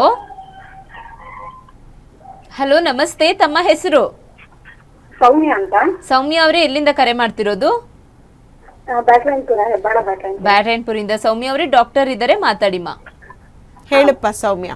ಹಲೋ, ಹೇಳು ಸೌಮ್ಯ. ನಮ್ಗೆ ಥೈರಾಯ್ಡ್ ಇದೆ. ಓಕೆ, ನಾರ್ಮಲ್ ಇದೆ ಥೈರಾಯ್ಡ್. ಡಾಕ್ಟರ್ ಹತ್ರ ಎಲ್ಲ ತೋರಿಸಿದ್ವಿ, 3 years ಆಯ್ತು ಮ್ಯಾರೇಜ್ ಆಗಿ, ಇನ್ನು ಮಗು ಆಗಿಲ್ಲ. ಅವರು ಎಗ್ ಇಂಪ್ರೂವ್ ಆಗ್ತಿಲ್ಲ ಅಂತ ಹೇಳ್ತಿದ್ದಾರೆ. ಓಕೆ, ಈಗ ಥೈರಾಯ್ಡ್ ಇಂದ ಮಕ್ಕಳಾಗದೆ ಇರೋದು ಒಂದು ಕಾರಣ ಇರುತ್ತೆ. ಬಟ್ ಟ್ರೀಟ್ಮೆಂಟ್ ತಗೊಂಡು ಥೈರಾಯ್ಡ್ ನಾರ್ಮಲ್ ಲೆವೆಲಲ್ಲಿ ಇದೆ ಅಂದರೆ ಅದರಿಂದ ಆ್ಯಕ್ಚುಲಿ ನಿಮಗೆ ತೊಂದರೆ ಆಗ್ತಾ ಇಲ್ಲ. ಸೊ ಬೇರೆ ಥರದ ಪರೀಕ್ಷೆಗಳು ಮಾಡಿ ಬೇರೆ ಇನ್ಯಾವುದಾದ್ರೂ ತೊಂದರೆಗಳಿದೆಯಾ, ಯಾವ ಕಾರಣಕ್ಕೆ ಮಗು ಆಗ್ತಿಲ್ಲ ಅನ್ನೋದನ್ನು ಪರೀಕ್ಷೆ ಮಾಡಬೇಕಾಗತ್ತೆ. ಸೊ ನೀವು ಒಂದ್ಸಲ ಹಾಸ್ಪಿಟಲ್ಗೆ ಬಂದರೆ ನಾವು ಅದನ್ನೆಲ್ಲ ಟೆಸ್ಟ್ ಮಾಡಿ ಕಾರಣ ತಿಳ್ಕೊಳ್ಳೋ ಇದಿರುತ್ತೆ. ಕರೆ ಮಾಡಿದ್ದಕ್ಕೆ ಧನ್ಯವಾದಗಳು ಸೌಮ್ಯ ಅವರೇ. ತಡ ಮಾಡೋದಕ್ಕೆ ಹೋಗಬೇಡಿ. ಈ ಒಂದು ಪ್ರಾಬ್ಲಮ್ ಇದ್ರೆ ನೀವು ಕೊಲಂಬಿಯಾ ಏಷ್ಯಾ ಹೆಬ್ಬಾಳ್ನಲ್ಲಿ ಬಂದು ಟ್ರೀಟ್ಮೆಂಟ್ ಅನ್ನ ತಗೊಳ್ಳಿ. 100% ಅಲ್ಲ 200% ನಿಮಗೆ ಒಳ್ಳೆ ರೀತಿಯ ಚಿಕಿತ್ಸೆ ಸಿಗುತ್ತೆ. ಯಾವುದೇ ಒಂದು ವಿಷಯನ ನಾವು ಫೋನ್ ಮುಖಾಂತರ ಮಾತನಾಡೋದಕ್ಕಿಂತ ನೀವು ಹಾಸ್ಪಿಟಲ್ಗೆ ಭೇಟಿ ಕೊಟ್ಟಾಗ ಡಾಕ್ಟರ್ ಎದುರಿನಲ್ಲಿ ಕೂತ್ಕೊಂಡು ನಿಮ್ಮ ಸಮಸ್ಯೆ ಏನಿದೆ ಅನ್ನೋದನ್ನ ಇನ್ನೂ ಕ್ಲಿಯರ್ ಕಟ್ ಆಗಿ ಹೇಳ್ಕೋಬಹುದು. ಮ್ಯಾಮ್, ಹಾಗೆ ಮತ್ತೊಂದು ಪ್ರಶ್ನೆ, ನಾವು ಮಾತನಾಡ್ತಾ ಇದ್ವಿ ಕ್ಯಾನ್ಸರ್ ಇದೆ ಅನ್ನೋದು ಹೇಗೆ ಗೊತ್ತಾಗುತ್ತೆ ಹೆಂಗಸರಲ್ಲಿ, ಯಾವ ಒಂದು ಟೆಸ್ಟ್ಗಳನ್ನ ಮಾಡಬೇಕಾಗುತ್ತೆ? ಹೌದು, ಇಂಡಿಯಾದಲ್ಲಿ ಆ್ಯಕ್ಚುಲಿ ಮುಂಚೆ ಗರ್ಭಕೋಶದ ಬಾಯಿನ ಕ್ಯಾನ್ಸರ್ ಅಂದರೆ ಸರ್ವೈಕಲ್ ಕ್ಯಾನ್ಸರ್ ಆ್ಯಕ್ಚುಲಿ ತುಂಬ ಕಾಮನ್ ಇತ್ತು. ಅಂದರೆ number 1 cancer was cervical cancer. But ಈ ನಡುವೆ ಆ್ಯಕ್ಚುಲಿ ಬ್ರೆಸ್ಟ್ ಕ್ಯಾನ್ಸರು ಸರ್ವೈಕಲ್ ಕ್ಯಾನ್ಸರ್ಗಿನ್ನ ಜಾಸ್ತಿ ಆಗ್ತಾ ಇದೆ. ಸೊ ಯಾವುದೇ ಮಹಿಳೆಗೆ ಬ್ರೆಸ್ಟ್ ಕ್ಯಾನ್ಸರ್ ಇದೆಯಾ ಇಲ್ವಾ ಅಂತ ತಿಳ್ಕೊಬೇಕಾದ್ರೆ 40 ವರ್ಷ ಆದ ನಂತರ ಒಂದು ಮ್ಯಾಮೋಗ್ರಫಿ ಅಂತ ಒಂದು ಟೆಸ್ಟ್ ಮಾಡ್ತೀವಿ. ಸೊ ಅದು ತುಂಬ ಇಂಪಾರ್ಟೆಂಟು, ಅದನ್ನು ಒಂದ್ಸಲ ಮಾಡಿಸ್ಕೋಬೇಕಾಗತ್ತೆ. ಈಗ 40 ವರ್ಷಕ್ಕಿಂತ ಕಡಿಮೆ ವಯಸ್ಸಿರಾದ್ರೆ self examination examination of the breast, ಅಂದರೆ ಪ್ರತಿ ತಿಂಗಳು ಅವರ ಬ್ರೆಸ್ಟ್ನ ಮುಟ್ಟಿ ಎಕ್ಸಾಮಿನೇಷನ್ ಮಾಡ್ಕೋಬೇಕಾಗತ್ತೆ. ಅದನ್ನ ಆ್ಯಕ್ಚುಲಿ ನಾವು ಹಾಸ್ಪಿಟಲ್ಗೆ ಬಂದಾಗ ಹೇಳ್ಕೊಡ್ತೀವಿ, ಇಲ್ಲ ಈ ನಡುವೆ ಯೂಟ್ಯೂಬಲ್ಲಿ ಅಥವಾ ಇಂಟರ್ನೆಟ್ಟಲ್ಲಿ ಕೂಡ ನಿಮಗೆ ಇನ್ಫಾರ್ಮೇಷನ್ ಸಿಗುತ್ತೆ. ಬಟ್ ಏನಂದರೆ ಅಲ್ಲಿ ಇನ್ಫಾರ್ಮೇಷನ್ ಪಡೆಯೋದಕ್ಕಿಂತ ಡಾಕ್ಟರ್ ಹತ್ರ ಒಂದ್ಸಲ ಹೇಗೆ ಸೆಲ್ಫ್ ಎಕ್ಸಾಮಿನೇಷನ್ ಮಾಡ್ಕೊಳ್ಳೋದು ಅಂತ ಕಲಿತು ಇದು ಮಾಡಬೇಕಾಗತ್ತೆ. ಈಗ family history of breast cancers ಇದ್ರೆ, ಅಂದರೆ ಮನೆಯಲ್ಲಿ ಅಜ್ಜಿಗೋ ಅಮ್ಮಂದಿರಿಗೋ ಚಿಕ್ಕಮ್ಮಂದಿರಿಗೋ ಯಾರಿಗಾದ್ರೂ ಈ ಬ್ರೆಸ್ಟ್ ಕ್ಯಾನ್ಸರ್ ತೊಂದರೆ ಇದ್ದರೆ ಅಂಥವರು ಆ್ಯಕ್ಚುಲಿ ಈ ಥರ self examination of the breast ಮತ್ತು ಮ್ಯಾಮೋಗ್ರಫಿ ಮಾಡಿಸ್ಕೊಳ್ಳೋದು ತುಂಬಾ ಇಂಪಾರ್ಟೆಂಟು. ಈಗ ಬ್ರೆಸ್ಟ್ ಬಿಟ್ಟರೆ ನೆಕ್ಸ್ಟ್ ಗರ್ಭಕೋಶದ ಕ್ಯಾನ್ಸರ್ಗೆ ನಾವು ಪ್ಯಾಪ್ಸ್ಮಿಯರ್ ಅಂತ ಒಂದು ಟೆಸ್ಟ್ ಮಾಡ್ತೀವಿ. ನೀವು ಯಾವುದೇ ಕಾರಣಕ್ಕಾಗಿ ಹೆಲ್ತ್ ಚೆಕ್ಕಿಗಾದರೂ ಹೋಗಲಿ, ಬೇರೆ ಥರದ ಟೆಸ್ಟ್ಗೆ ಹೋದಾಗ ಈ ಥರದ್ದು ಯಾವಾಗಲೂ ಮಾಡಿಸ್ಕೊಂಡಿಲ್ಲ ಅಂದರೆ ಒಂದ್ಸಲ ನಿಮ್ಮ ಗೈನಕಾಲಜಿಸ್ಟ್ ಹತ್ರ ಹೋಗಿ ಈ ಪ್ಯಾಪ್ಸ್ಮಿಯರ್ ಅನ್ನೋ ಟೆಸ್ಟನ್ನು ಮಾಡಿಸ್ಕೊಂಡಾಗ ನಮಗೆ ಸರ್ವೈಕಲ್ ಕ್ಯಾನ್ಸರ್ ಇದೆಯಾ ಇಲ್ವಾ ಅಂತ ತಿಳ್ಕೊಳ್ಳೋದು ಸಾಧ್ಯ. ಅದೇ ರೀತಿ ವರ್ಷಕ್ಕೊಂದ್ಸಲ ಸ್ಕ್ಯಾನಿಂಗ್ ಮಾಡಿಸ್ಕೊಂಡಾಗ, ಅಂದರೆ ಹೊಟ್ಟೆಯ ಸ್ಕ್ಯಾನಿಂಗ್ ಮಾಡಿಸ್ಕೊಂಡಾಗ ನಮಗೆ ಗರ್ಭಕೋಶದಲ್ಲಿ ಮತ್ತು ಓವರಿಯಲ್ಲಿ ಅಂಡಾಶಯದಲ್ಲಿ ಏನಾದರೂ ಕ್ಯಾನ್ಸರ್ಗಳಿದೆಯಾ ಅಂತ ತಿಳಿದು ಬರುತ್ತೆ. ಸೊ ಈ ಥರದ ಟೆಸ್ಟ್ಗಳು ಮಾಡಿಸ್ಕೊಂಡಾಗ ಕ್ಯಾನ್ಸರ್ ಅನ್ನೋದು ಗೊತ್ತಾಗುತ್ತೆ. ಓಕೆ ಮ್ಯಾಮ್, ಆ್ಯಂಡ್ ಒಬೆಸಿಟಿ ಅಥವಾ ಸ್ಟ್ರೆಸ್ ಅಂತ ನಾವೇನು ಹೇಳ್ತೀವಿ, ಇದು ಕೂಡ ಮುಟ್ಟಾಗದೆ ಇರೋದಕ್ಕೆ ಒಂದು ಕಾರಣಗಳೇ? ಖಂಡಿತ. ಯಾಕಂದ್ರೆ ಈ ನಡುವೆ ಅಂತೂ ಇವಾಗೆಲ್ಲ ಹೆಣ್ಮಕ್ಳು ಹೊರಗೂ ಕೆಲಸ ಮಾಡಿ ಮನೆಯಲ್ಲೂ ನೋಡ್ಕೊಂಡು ತುಂಬಾನೇ ಅವ್ರಿಗೆ ಸ್ಟ್ರೆಸ್ ಲೆವೆಲ್ ಜಾಸ್ತಿ ಇರುತ್ತೆ ಆಕ್ಚುಲಿ. ಪ್ಲಸ್ ಈ ಸ್ಟ್ರೆಸ್ ಲೆವೆಲ್ ಜಾಸ್ತಿ ಇದ್ದಾಗ ತಿನ್ನೋದು ಹೆಚ್ಚಾಗುತ್ತೆ, ಹೊರಗಡೆ ತಿನ್ನೋದು, ಜಂಕ್ ಫುಡ್ಸು ಇವೆಲ್ಲ ಆಗಿ ಒಬೇಸಿಟಿ, ಸ್ಟ್ರೆಸ್ಸು ಎಲ್ಲ ಒಂದಕ್ಕೊಂದು ಆಕ್ಚುಲಿ ಕಾರಣ ಆಗುವಂತ ತೊಂದರೆಗಳು. ಒಬೇಸಿಟಿ ಮತ್ತೆ ಸ್ಟ್ರೆಸ್ ಇದ್ದಾಗ ಖಂಡಿತ ತರಾವರಿ ಮುಟ್ಟಿನ ತೊಂದರೆಗಳು ಕಂಡು ಬರುತ್ತೆ, ಬಂಜತನ ಅಂತ ಇನ್ಫರ್ಟಿಲಿಟಿಗೆ ಕಾರಣ ಆಗತ್ತೆ. ಇದರಿಂದಾನು ಆಕ್ಚುಲಿ ಬೇರೆ ತರದ ಫೈಬ್ರಾಯ್ಡ್ ಅಥವಾ ಎಂಡೋಮೆಟ್ರಿಯೋಸಿಸ್. ಮತ್ತೊಬ್ರು ಕಾಲರ್ ರೆಡಿ ಇದ್ದಾರೆ, ನಂತರ ನಮ್ಮ ಮಾತನ್ನ ಮುಂದುವರಿಸೋಣ. ಹಲೋ ಹಲೋ, ನಮಸ್ತೆ. ನಮಸ್ತೆ ಮೇಡಮ್ ಅವರೇ, ಡಾಕ್ಟರ್ ಹತ್ರ ಸ್ವಲ್ಪ ಮಾತಾಡ್ಬೇಕಾಯ್ತು. ಮಾತಾಡಿ. ತಮ್ಮ ಹೆಸರು? ನಮ್ಮ ಹೆಸರು ಗೌರಮ್ಮ ಅಂತ. ಗೌರಮ್ಮ ಅವರೇ, ಡಾಕ್ಟರ್ ಇದ್ದಾರೆ, ಮಾತಾಡಿ. ಹೇಳಿ ಗೌರಮ್ನವ್ರೆ, ಏನ್ ತೊಂದ್ರೆ? ಹಲೋ, ಹೇಳಿಪ್ಪ, ಏನ್ ತೊಂದ್ರೆ? ಆಯ್ತು ಮಾತಾಡ್ತೀನಿ. ಹಲೋ ಹೇಳಿಪ್ಪ. ಹಲೋ ಮೇಡಮ್ ಅವರೇ. ಹಾ ಹೇಳಿಮ್ಮ. ನಮ್ಗೆ ಸ್ವಲ್ಪ ಹೊಟ್ಟೆ ಬಹಳ ನೋವು ಬರುತ್ತೆ ಕಣ್ರಿ. ಹೌದಾ? ಓಕೆ. ಹೊಟ್ಟೆ ತುಂಬಾ ನೋವು ಬರುತ್ತೆ ಸೈಡ್ಗೆಲ್ಲ. ಅದಕ್ಕೆ ಹಂಗಾಗಿದೆ ತುಂಬಾ. ಕೆಳಗಡೆ ಹೊಟ್ಟೆ ತುಂಬಾ ಬಹಳ ನೋವು ಬರುತ್ತೆ ಕಣ್ರಿ, ಅದಕ್ಕೋಸ್ಕರ ಕೇಳೋಣ ಅಂತ ಮಾಡಿದ್ವಿ. ಸ್ಕ್ಯಾನಿಂಗ್ ಏನಾದ್ರು ಮಾಡಿಸ್ಕೊಂಡಿದ್ದೀರಾ ಯಾವಾಗ್ಲಾದ್ರೂ? ಇಲ್ಲ ಮೇಡಮ್ ಅವ್ರೆ, ಮಾಡಿಸ್ಕೊಂಡಿಲ್ಲ. ಮಾಡಿಸ್ಕೋಬೇಕು ಅಂದ್ರೆ ಭಯ ಆಗುತ್ತಲ್ಲ, ಹಂಗಾಗಿ ಮಾಡಿಸ್ಕೊಂಡಿಲ್ಲ. ಅಲ್ಲಪ್ಪ, ಭಯ ಪಟ್ಕೊಂಡ್ರೆ ನಿಮ್ ತೊಂದರೆ ಇನ್ನೂ ಜಾಸ್ತಿ ಆಗತ್ತೆ ಹೊರತು ಅದರಿಂದ ಕಡಿಮೆ ಅಂತೂ ಆಗಲ್ಲ. ಸೊ ಏನು ಭಯ ಪಟ್ಕೋಬೇಡಿ. ಸುಮ್ನೆ ಬ್ಲೈಂಡ್ ಆಗಿ ನೋವಿನ್ಗೆ ಮಾತ್ರೆ ತಗೊಂಡು ನೋವು ಕಡಿಮೆ ಮಾಡ್ಕೊಳ್ಳೋದಕ್ಕಿಂತ ಸುಮಾರು ತಿಂಗಳುಗಳಿಂದ ಅಥವಾ ಗಟ್ಲೆಯಿಂದ ನಿಮ್ಗೆ ಈ ತೊಂದರೆ ಕಾಡ್ತಾ ಇದ್ರೆ ಒಂದ್ಸಲ ಅಟ್ಲೀಸ್ಟ್ ಸ್ಕ್ಯಾನಿಂಗ್ ಮಾಡಿಸ್ಕೊಂಡು ಡಾಕ್ಟರ್ ಹತ್ರ ತೋರಿಸ್ಕೊಂಡು ಯಾವ ಕಾರಣಕ್ಕೆ ಹೊಟ್ಟೆ ನೋವು ಬರ್ತಾ ಇದೆ ಅಂತ ತಿಳ್ಕೊಳ್ಳೋದು ತುಂಬಾ ಇಂಪಾರ್ಟೆಂಟು. ಪದೇ ನೋವಿನ ಮಾತ್ರೆಗಳು ತಗೊಳ್ಳೋದ್ರಿಂದ ಕಿಡ್ನಿ ಮೇಲೆ ಎಫೆಕ್ಟ್ ಆಗೋದ್ರಿಂದ ಅದು ಮಾಡೋದು ತಪ್ಪು. ಸೊ ಒಂದ್ಸಲ ಸ್ಕ್ಯಾನಿಂಗ್ ಮಾಡಿಸ್ಕೊಂಡು ಏನು ಕಾರಣ ಅಂತ ತಿಳ್ಕೊಳ್ಳಿ. ಆ ಕಾರಣ ಕಂಡು ಬಂದರೆ ಆ ಕಾರಣಕ್ಕೆ ಟ್ರೀಟ್ಮೆಂಟ್ ಇದ್ದೇ ಇರುತ್ತೆ, ಆಗ ನಿಮ್ಮ ಹೊಟ್ಟೆ ನೋವು ಕಡಿಮೆ ಆಗುತ್ತೆ. ಆಯ್ತು ಮೇಡಮ್ ಅವರೇ, ಥ್ಯಾಂಕ್ಸ್ ಮೇಡಮ್ ಅವರೇ. ಓಕೆ. ಗೌರಮ್ಮ ಅವರೇ, ಕರೆ ಮಾಡಿದ್ದಕ್ಕೆ ಧನ್ಯವಾದಗಳು. ಭಯ ಅಂತ ಯಾವುದೇ ಕಾರಣಕ್ಕೂ ಹಾಗೆ ಇದ್ದು ಹೆಲ್ತ್ನ ತೋರಿಸ್ಕೊಳ್ಳೋದಕ್ಕೆ ಹೋಗದೆ ಹಾಗೆ ಇರಬೇಡಿ. ಯಾಕಂದರೆ ನಾವು ಡಾಕ್ಟರ್ನ ದೇವರು ಅಂತ ಹೇಳ್ತೀವಿ. ನಿಮ್ಮ ಆರೋಗ್ಯದ ಸಮಸ್ಯೆಯನ್ನು ಸರಿ ಮಾಡೋದಕ್ಕೆ ಅಂತಲೇ ಇರೋರೇ ಡಾಕ್ಟ್ರು. ಹಾಗಂತ ಯಾವುದೇ ಕಾರಣಕ್ಕೂ ಭಯಪಟ್ಟು ಮನೆಯಲ್ಲಿ ಕೂತ್ಕೊಳ್ಳೋದಕ್ಕೆ ಹೋಗಬೇಡಿ. ಆದಷ್ಟು ಬೇಗ ಕೊಲಂಬಿಯಾ ಏಷ್ಯಾ ಹೆಬ್ಬಾಳ್ಗೆ ಬಂದು ಸೂಕ್ತವಾದ ಚಿಕಿತ್ಸೆಯನ್ನು ತಗೊಳ್ಳಿ. ಆ್ಯಂಡ್ ಮ್ಯಾಮ್, ನಾವು ಮಾತನಾಡ್ತಾ ಇದ್ವಿ, ಸ್ಟ್ರೆಸ್ ಅನ್ನೋದು ಕೂಡ ಒಂದು ಇಂಪಾರ್ಟೆಂಟ್ ಅಂತ ಹೇಳಿದ್ರಿ ನೀವು. ಹೌದು, ಈ ಸ್ಟ್ರೆಸ್ ಅನ್ನೋದು ಎಷ್ಟು ಇಂಪಾರ್ಟೆಂಟ್ ಅಂದರೆ ಸುಮಾರು ಸಲ ನಾವು ಅದರಿಂದ ಆಗೋ ಮುಟ್ಟಿನ ತೊಂದರೆಗಳಿಗೆ ಮಾತ್ರೆಗಳು ಕೂಡ ಕೊಡ್ತೀವಿ. ಈ ಸ್ಟ್ರೆಸ್ ಇದ್ದಾಗ ಈ ಮೆಡಿಸಿನ್ಸ್ ಕೂಡ ಸರಿಯಾಗಿ ವರ್ಕ್ ಆಗೋದಿಲ್ಲ. ಸೊ ಹಾಗಾಗಿ ಇತ್ತೀಚಿನ ದಿನಗಳಲ್ಲಿ ಆದಷ್ಟು ಈ ಸ್ಟ್ರೆಸ್ ಲೆವೆಲ್ ಕಮ್ಮಿ ಮಾಡ್ಕೊಳ್ಳೋದು ತುಂಬಾನೇ ಇಂಪಾರ್ಟೆಂಟು. ಯಾಕಂದ್ರೆ ಇದರಿಂದ ಸುಮಾರು ಈ ಕ್ರಾನಿಕ್ ಡಿಸಾರ್ಡರ್ಸ್ ಅಂದ್ರೆ ವರ್ಷಗಟ್ಟಲೆ ಉಳಿಯುವಂಥ ಕಾಯಿಲೆಗಳು ಜಾಸ್ತಿ ಆಗ್ತವೆ. ಈ ಫೈಬ್ರಾಯ್ಡ್ಸು, ಎಂಡೋಮೆಟ್ರಿಯೋಸಿಸ್ಸು, ಓವೇರಿಯನ್ ಸಿಸ್ಟ್ಗಳು, ಇವಕ್ಕೆಲ್ಲ ಆ್ಯಕ್ಚುಲಿ ಈ ಥರದ ಸ್ಟ್ರೆಸ್ಸಿಂದ ಮೇಯ್ನ್ ಆಗಿ ಸ್ಟ್ರೆಸ್ಸು ಮಹಿಳೆಯರಲ್ಲಿ ತುಂಬ ಹಾರ್ಮೋನಲ್ ಇಂಬ್ಯಾಲೆನ್ಸ್ ಅಂತ ಹೇಳ್ತೀವಿ. ಈ ಹಾರ್ಮೋನ್ಗಳ ವೈಪರೀತ್ಯ ಉಂಟು ಮಾಡುತ್ತೆ. ಸೊ ಈ ಫೈಬ್ರಾಯ್ಡ್ ಗಡ್ಡೆಗಳು ಅಥವಾ ಓವರಿಯಲ್ಲಿ ಸಿಸ್ಟ್ ಬರೋದು ಇವಕ್ಕೆಲ್ಲ ಕಾರಣ ಮೇಯ್ನ್ ಆಗಿ ಹಾರ್ಮೋನಲ್ ಇಂಬ್ಯಾಲೆನ್ಸ್. ಸೊ ಈ ರೂಟ್ ಕಾಸ್ ಅಂತ ಏನು ಹೇಳ್ತೀವಿ ಅದೆಲ್ಲ ಈ actually most of the times ಈ ಸ್ಟ್ರೆಸ್ಸಿಂದ ಬರುತ್ತೆ ಅಂತ ಹೇಳ್ಬಹುದು. ಓಕೆ, ಟೋಟಲಿ ಮುಟ್ಟಾಗದೇ ಇರೋದಕ್ಕೆ ಸ್ಟ್ರೆಸ್ ಅನ್ನೋದು ಕೂಡ ಒಂದು ತುಂಬ ಇಂಪಾರ್ಟೆಂಟ್ ಅಂತ ಹೇಳಿದ್ರೆ. ಹಾಗೆ ಮ್ಯಾಮ್, ಮತ್ತೊಂದು ಪ್ರಶ್ನೆ, ಈ ಒಂದು ಮುಟ್ಟಿನ ಮುಟ್ಟಿನ ಸಮಸ್ಯೆನ ತಡೆಗಟ್ಟೋದಕ್ಕೆ ಏನಾದರೂ ಒಂದು ಕೆಲವೊಂದು ಟಿಪ್ಸ್ಗಳು ಅಂತ ಏನಾದರೂ ಇದ್ರೆ ಹೇಳ್ತೀರಾ? ಟಿಪ್ಸ್ಗಳು ಅಂತಂದರೆ ಇವಾಗ ಮಹಿಳೆಯರಲ್ಲಿ ಆದಷ್ಟು ದೇಹದ ತೂಕನ ಕರೆಕ್ಟಾಗಿ ಇಟ್ಕೊಳ್ಳಿಕ್ಕೆ ನೋಡ್ಕೊಳ್ಳಿ. ಅಂದರೆ ತುಂಬ ಮತ್ತೊಬ್ರು ಕಾಲರ್ ರೆಡಿ ಆಗಿದ್ದಾರೆ, ಅವ್ರ ಹತ್ರ ಮಾತಾಡಿ ನಂತರ ನಮ್ಮ ಮಾತನ್ನ ಮುಂದುವರಿಸೋಣ. ಮತ್ತೊಂದು ಕರೆ ಸಿದ್ಧವಾಗಿದೆ, ಬನ್ನಿ ಯಾರು ಇಲ್ಲಿಂದ ಕರೆ ಮಾಡ್ತಿದ್ದಾರೆ ಅಂತ ನೋಡೋಣ. ಹಲೋ ಹಲೋ ಮೇಡಮ್, ನಮಸ್ತೆ. ನಮಸ್ತೆ, ತಮ್ಮ ಹೆಸರು? ನಮ್ಮ ಹೆಸರು ಜಮೀರ್ ಪಾಷಾ ಅಂತ ಮೇಡಮ್. ಗಂಗೀರ್ ಪಾಷಾ ಅವರೇ, ಎಲ್ಲಿಂದ ಕರೆ ಮಾಡ್ತಿರೋದು? ಮೇಡಮ್ ನಾವು ನೆಲಮಂಗಲಿಂದ. ನೆಲಮಂಗಲದಿಂದ. ಡಾಕ್ಟರ್ ಇದ್ದಾರೆ, ಮಾತಾಡಿ. ಹೇಳಿಪ್ಪ, ಏನ್ ತೊಂದ್ರೆ? ಸ್ವಲ್ಪ ಜೋರಾಗಿ ಮಾತಾಡಿ. ಅದು ಮೇಡಮ್ ನಮ್ದು ಮದ್ವೆ ಆಗಿ 3 ವರ್ಷ. ಓಕೆ. 3 ವರ್ಷ ಆದ್ಮೇಲೆ ಒಂದು 3 ವರ್ಷ 2 ತಿಂಗಳಿಗೆ ನಮ್ಗೆ ಮುಟ್ ನಿಂತು. ಓಕೆ. ತಿರ್ಗಾ 1.5 ತಿಂಗಳಿಗೆ ಅಬಾರ್ಷನ್ ಆಗೋಯ್ತು ಮೇಡಮ್. ಓಕೆ. ಅದ್ಮೇಲೆ ತಿರ್ಗಾ ಮುಟ್ ನಿಂತಿಲ್ಲ, ಅದಕ್ಕೆ ಕೇಳೋಣ ಅಂತ ಫೋನ್ ಕಾಲ್ ಮಾಡಿ ಮೇಡಮ್. ಓಕೆಪ್ಪ, ಒಂದ್ಸಲ ಅಟ್ಲೀಸ್ಟ್ ಪ್ರೆಗ್ನೆನ್ಸಿ ಆಗಿದೆ ಅಂದರೆ ನೀವು ಅಷ್ಟು ಭಯ ಪಟ್ಕೊಳ್ಳೋ ಅಗತ್ಯ ಇಲ್ಲ. ಖಂಡಿತ ಪ್ರೆಗ್ನೆನ್ಸಿ ಆಗೋ ಚಾನ್ಸಸ್ ಇರುತ್ತೆ. ಸೊ ಒಂದು ಸಲ ಅಬಾರ್ಷನ್ನು ಆ್ಯಕ್ಚುಲಿ 100ರಲ್ಲಿ ಒಂದು 50ರಿಂದ 60 ಜನ ಮಹಿಳೆಯರಿಗೆ ಆಗತ್ತೆ. ಅದರಿಂದ ನೀವೇನು ಭಯ ಪಟ್ಕೊಂಡು ಮುಂದೆ ಏನಾಗುತ್ತೋ ಅಂತ ಯೋಚನೆ ಮಾಡೋ ಅಗತ್ಯ ಇಲ್ಲ. ಸ್ವಲ್ಪ ತಾಳ್ಮೆ ಇರಲಿ, ಖಂಡಿತ ನಿಮಗೆ ಆಗತ್ತೆ. ಅಕಸ್ಮಾತ್ 1 ವರ್ಷದ ಸ್ಕ್ಯಾನಿಂಗ್ ಎಲ್ಲ ಮಾಡಿದ್ರು, ಅವರು ಡಾಕ್ಟರ್ ಎಲ್ಲ ಇಂಬ್ಯಾಲೆನ್ಸ್ ಟ್ಯಾಬ್ಲೆಟ್ ಎಲ್ಲ ಕೊಟ್ಟಿದ್ರು. ಓಕೆ. ಈಗ ತಿರ್ಗಾ ತಿಂಗಳು ಕರೆಕ್ಟ್ ಆಗಿ ಆಗ್ತೈತೆ. ತಿರ್ಗಾ 7 ತಿಂಗಳು ಐತಲ್ಲ, ಅದಕ್ಕೆ ತೊಂದ್ರೆ ಇಲ್ಲಪ್ಪ, ತೊಂದ್ರೆ ಇಲ್ಲ. ಇನ್ನೊಂದು 5-6 ತಿಂಗಳು ವೆಯ್ಟ್ ಮಾಡಿ. ಮೋಸ್ಟ್ಲಿ ನಿಮ್ ವೈಫ್ ಕೂಡ ಫೋನ್ ಮಾಡಿ ಇದೇ ಪ್ರಶ್ನೆಗಳು ಕೇಳಿದ್ರು. ಸೊ ಅವ್ರಿಗೂ ಅದನ್ನೇ ಹೇಳಿದೀವಿ. ಇನ್ನೊಂದು 5-6 ತಿಂಗಳು ವೆಯ್ಟ್ ಮಾಡಿ, ಏನೂ ತೊಂದ್ರೆ ಇಲ್ಲ. ಏನು ತೋರ್ಸೋದ್ ಬೇಡ.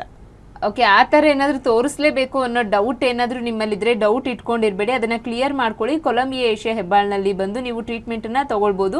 ನಿಮ್ಮ ಟಿ ವಿ ಸ್ಕ್ರೀನ್ ಮೇಲೆ ದೂರವಾಣಿ ಸಂಖ್ಯೆ ಹಾಗೆ ವಿಳಾಸ 2 ಕೂಡ ಬರ್ತಿದೆ. ಕರೆ ಮಾಡಿ ಅಪಾಯಿಂಟ್ಮೆಂಟನ್ನು ತಗೊಂಡು ನಂತರ ಭೇಟಿ ಕೊಡೋದು ತುಂಬಾ ಸೂಕ್ತ. ಕರೆ ಮಾಡಿದ್ದಕ್ಕೆ ಧನ್ಯವಾದಗಳು. ಹಾಗೆ ಮ್ಯಾಮ್, ನಾವು ಮಾತನಾಡ್ತಾ ಇದ್ವಿ ಕೆಲವೊಂದು ಟಿಪ್ಸ್ ಅಂತ ಹೇಳೋದಾದ್ರೆ ಟಿಪ್ಸ್ಗಳನ್ನ. ಸೊ ಫಸ್ಟ್ ಇಂಪಾರ್ಟೆಂಟ್ ಟಿಪ್ ಅಂದರೆ ದೇಹ ತೂಕನ ಸಮ ಪ್ರಮಾಣದಲ್ಲಿ ಇಟ್ಕೊಳ್ಳೋದು. ಅಂದರೆ ತೀರಾ ತೆಳ್ಳಗಾಗೋದು, ತೀರಾ ದಪ್ಪ ಆಗೋದು, ಇದರಿಂದ ಕೂಡ ಮುಟ್ಟಿನ ತೊಂದರೆಗಳು ಕಂಡು ಬರುತ್ತೆ.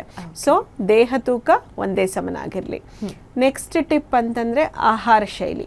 ಉತ್ತಮವಾದ ಆಹಾರ ತಿನ್ನೋದು, ಅಂದ್ರೆ ಆದಷ್ಟು ಹೆಚ್ಚಿನ ಪ್ರಮಾಣದಲ್ಲಿ ಹಣ್ಣುಗಳು, ತರಕಾರಿಗಳು, ಸೊಪ್ಪುಗಳು, ನೀರು ಚೆನ್ನಾಗಿ ಕುಡಿಯೋದು, ಇವೆಲ್ಲ ಇದು ಮಾಡೋದ್ರಿಂದ ಆಹಾರದಿಂದ ಕೂಡ ಒಂದು ದೇಹದಲ್ಲಿ ತೂಕ ಕರೆಕ್ಟಾಗಿ ಇಟ್ಕೊಳ್ಳೋಕ್ಕೆ ಹೆಲ್ಪ್ ಆಗುತ್ತೆ. ಆ್ಯಂಡ್ ಇನ್ನೊಂದೇನು ಅಂತಂದರೆ ಸ್ಟ್ರೆಸ್ ಲೆವೆಲ್ ಕಡಿಮೆ ಮಾಡ್ಕೊಳ್ಳೋದು. ಕಷ್ಟ, ಹೇಳೋದು ಸುಲಭ, ಮಾಡೋದು ಕಷ್ಟ. ಬಟ್ ಅಂದ್ರೂ ನಾವು ಕಾನ್ಷಿಯಸ್ ಎಫರ್ಟ್ ಹಾಕಬೇಕಾಗತ್ತೆ. ಅಟ್ಲೀಸ್ಟ್ ದಿನಕ್ಕೆ ಒಂದು 15ರಿಂದ 20 ನಿಮಿಷ ಸ್ವಲ್ಪ ಧ್ಯಾನ ಮಾಡೋದು, ಮೆಡಿಟೇಷನ್ ಅಂತ ಹೇಳ್ತೀವಿ, ಅದೆಲ್ಲ ಮಾಡೋದ್ರಿಂದ ಸ್ಟ್ರೆಸ್ ಲೆವೆಲ್ ಸ್ವಲ್ಪ ಕಡಿಮೆ ಆಗತ್ತೆ.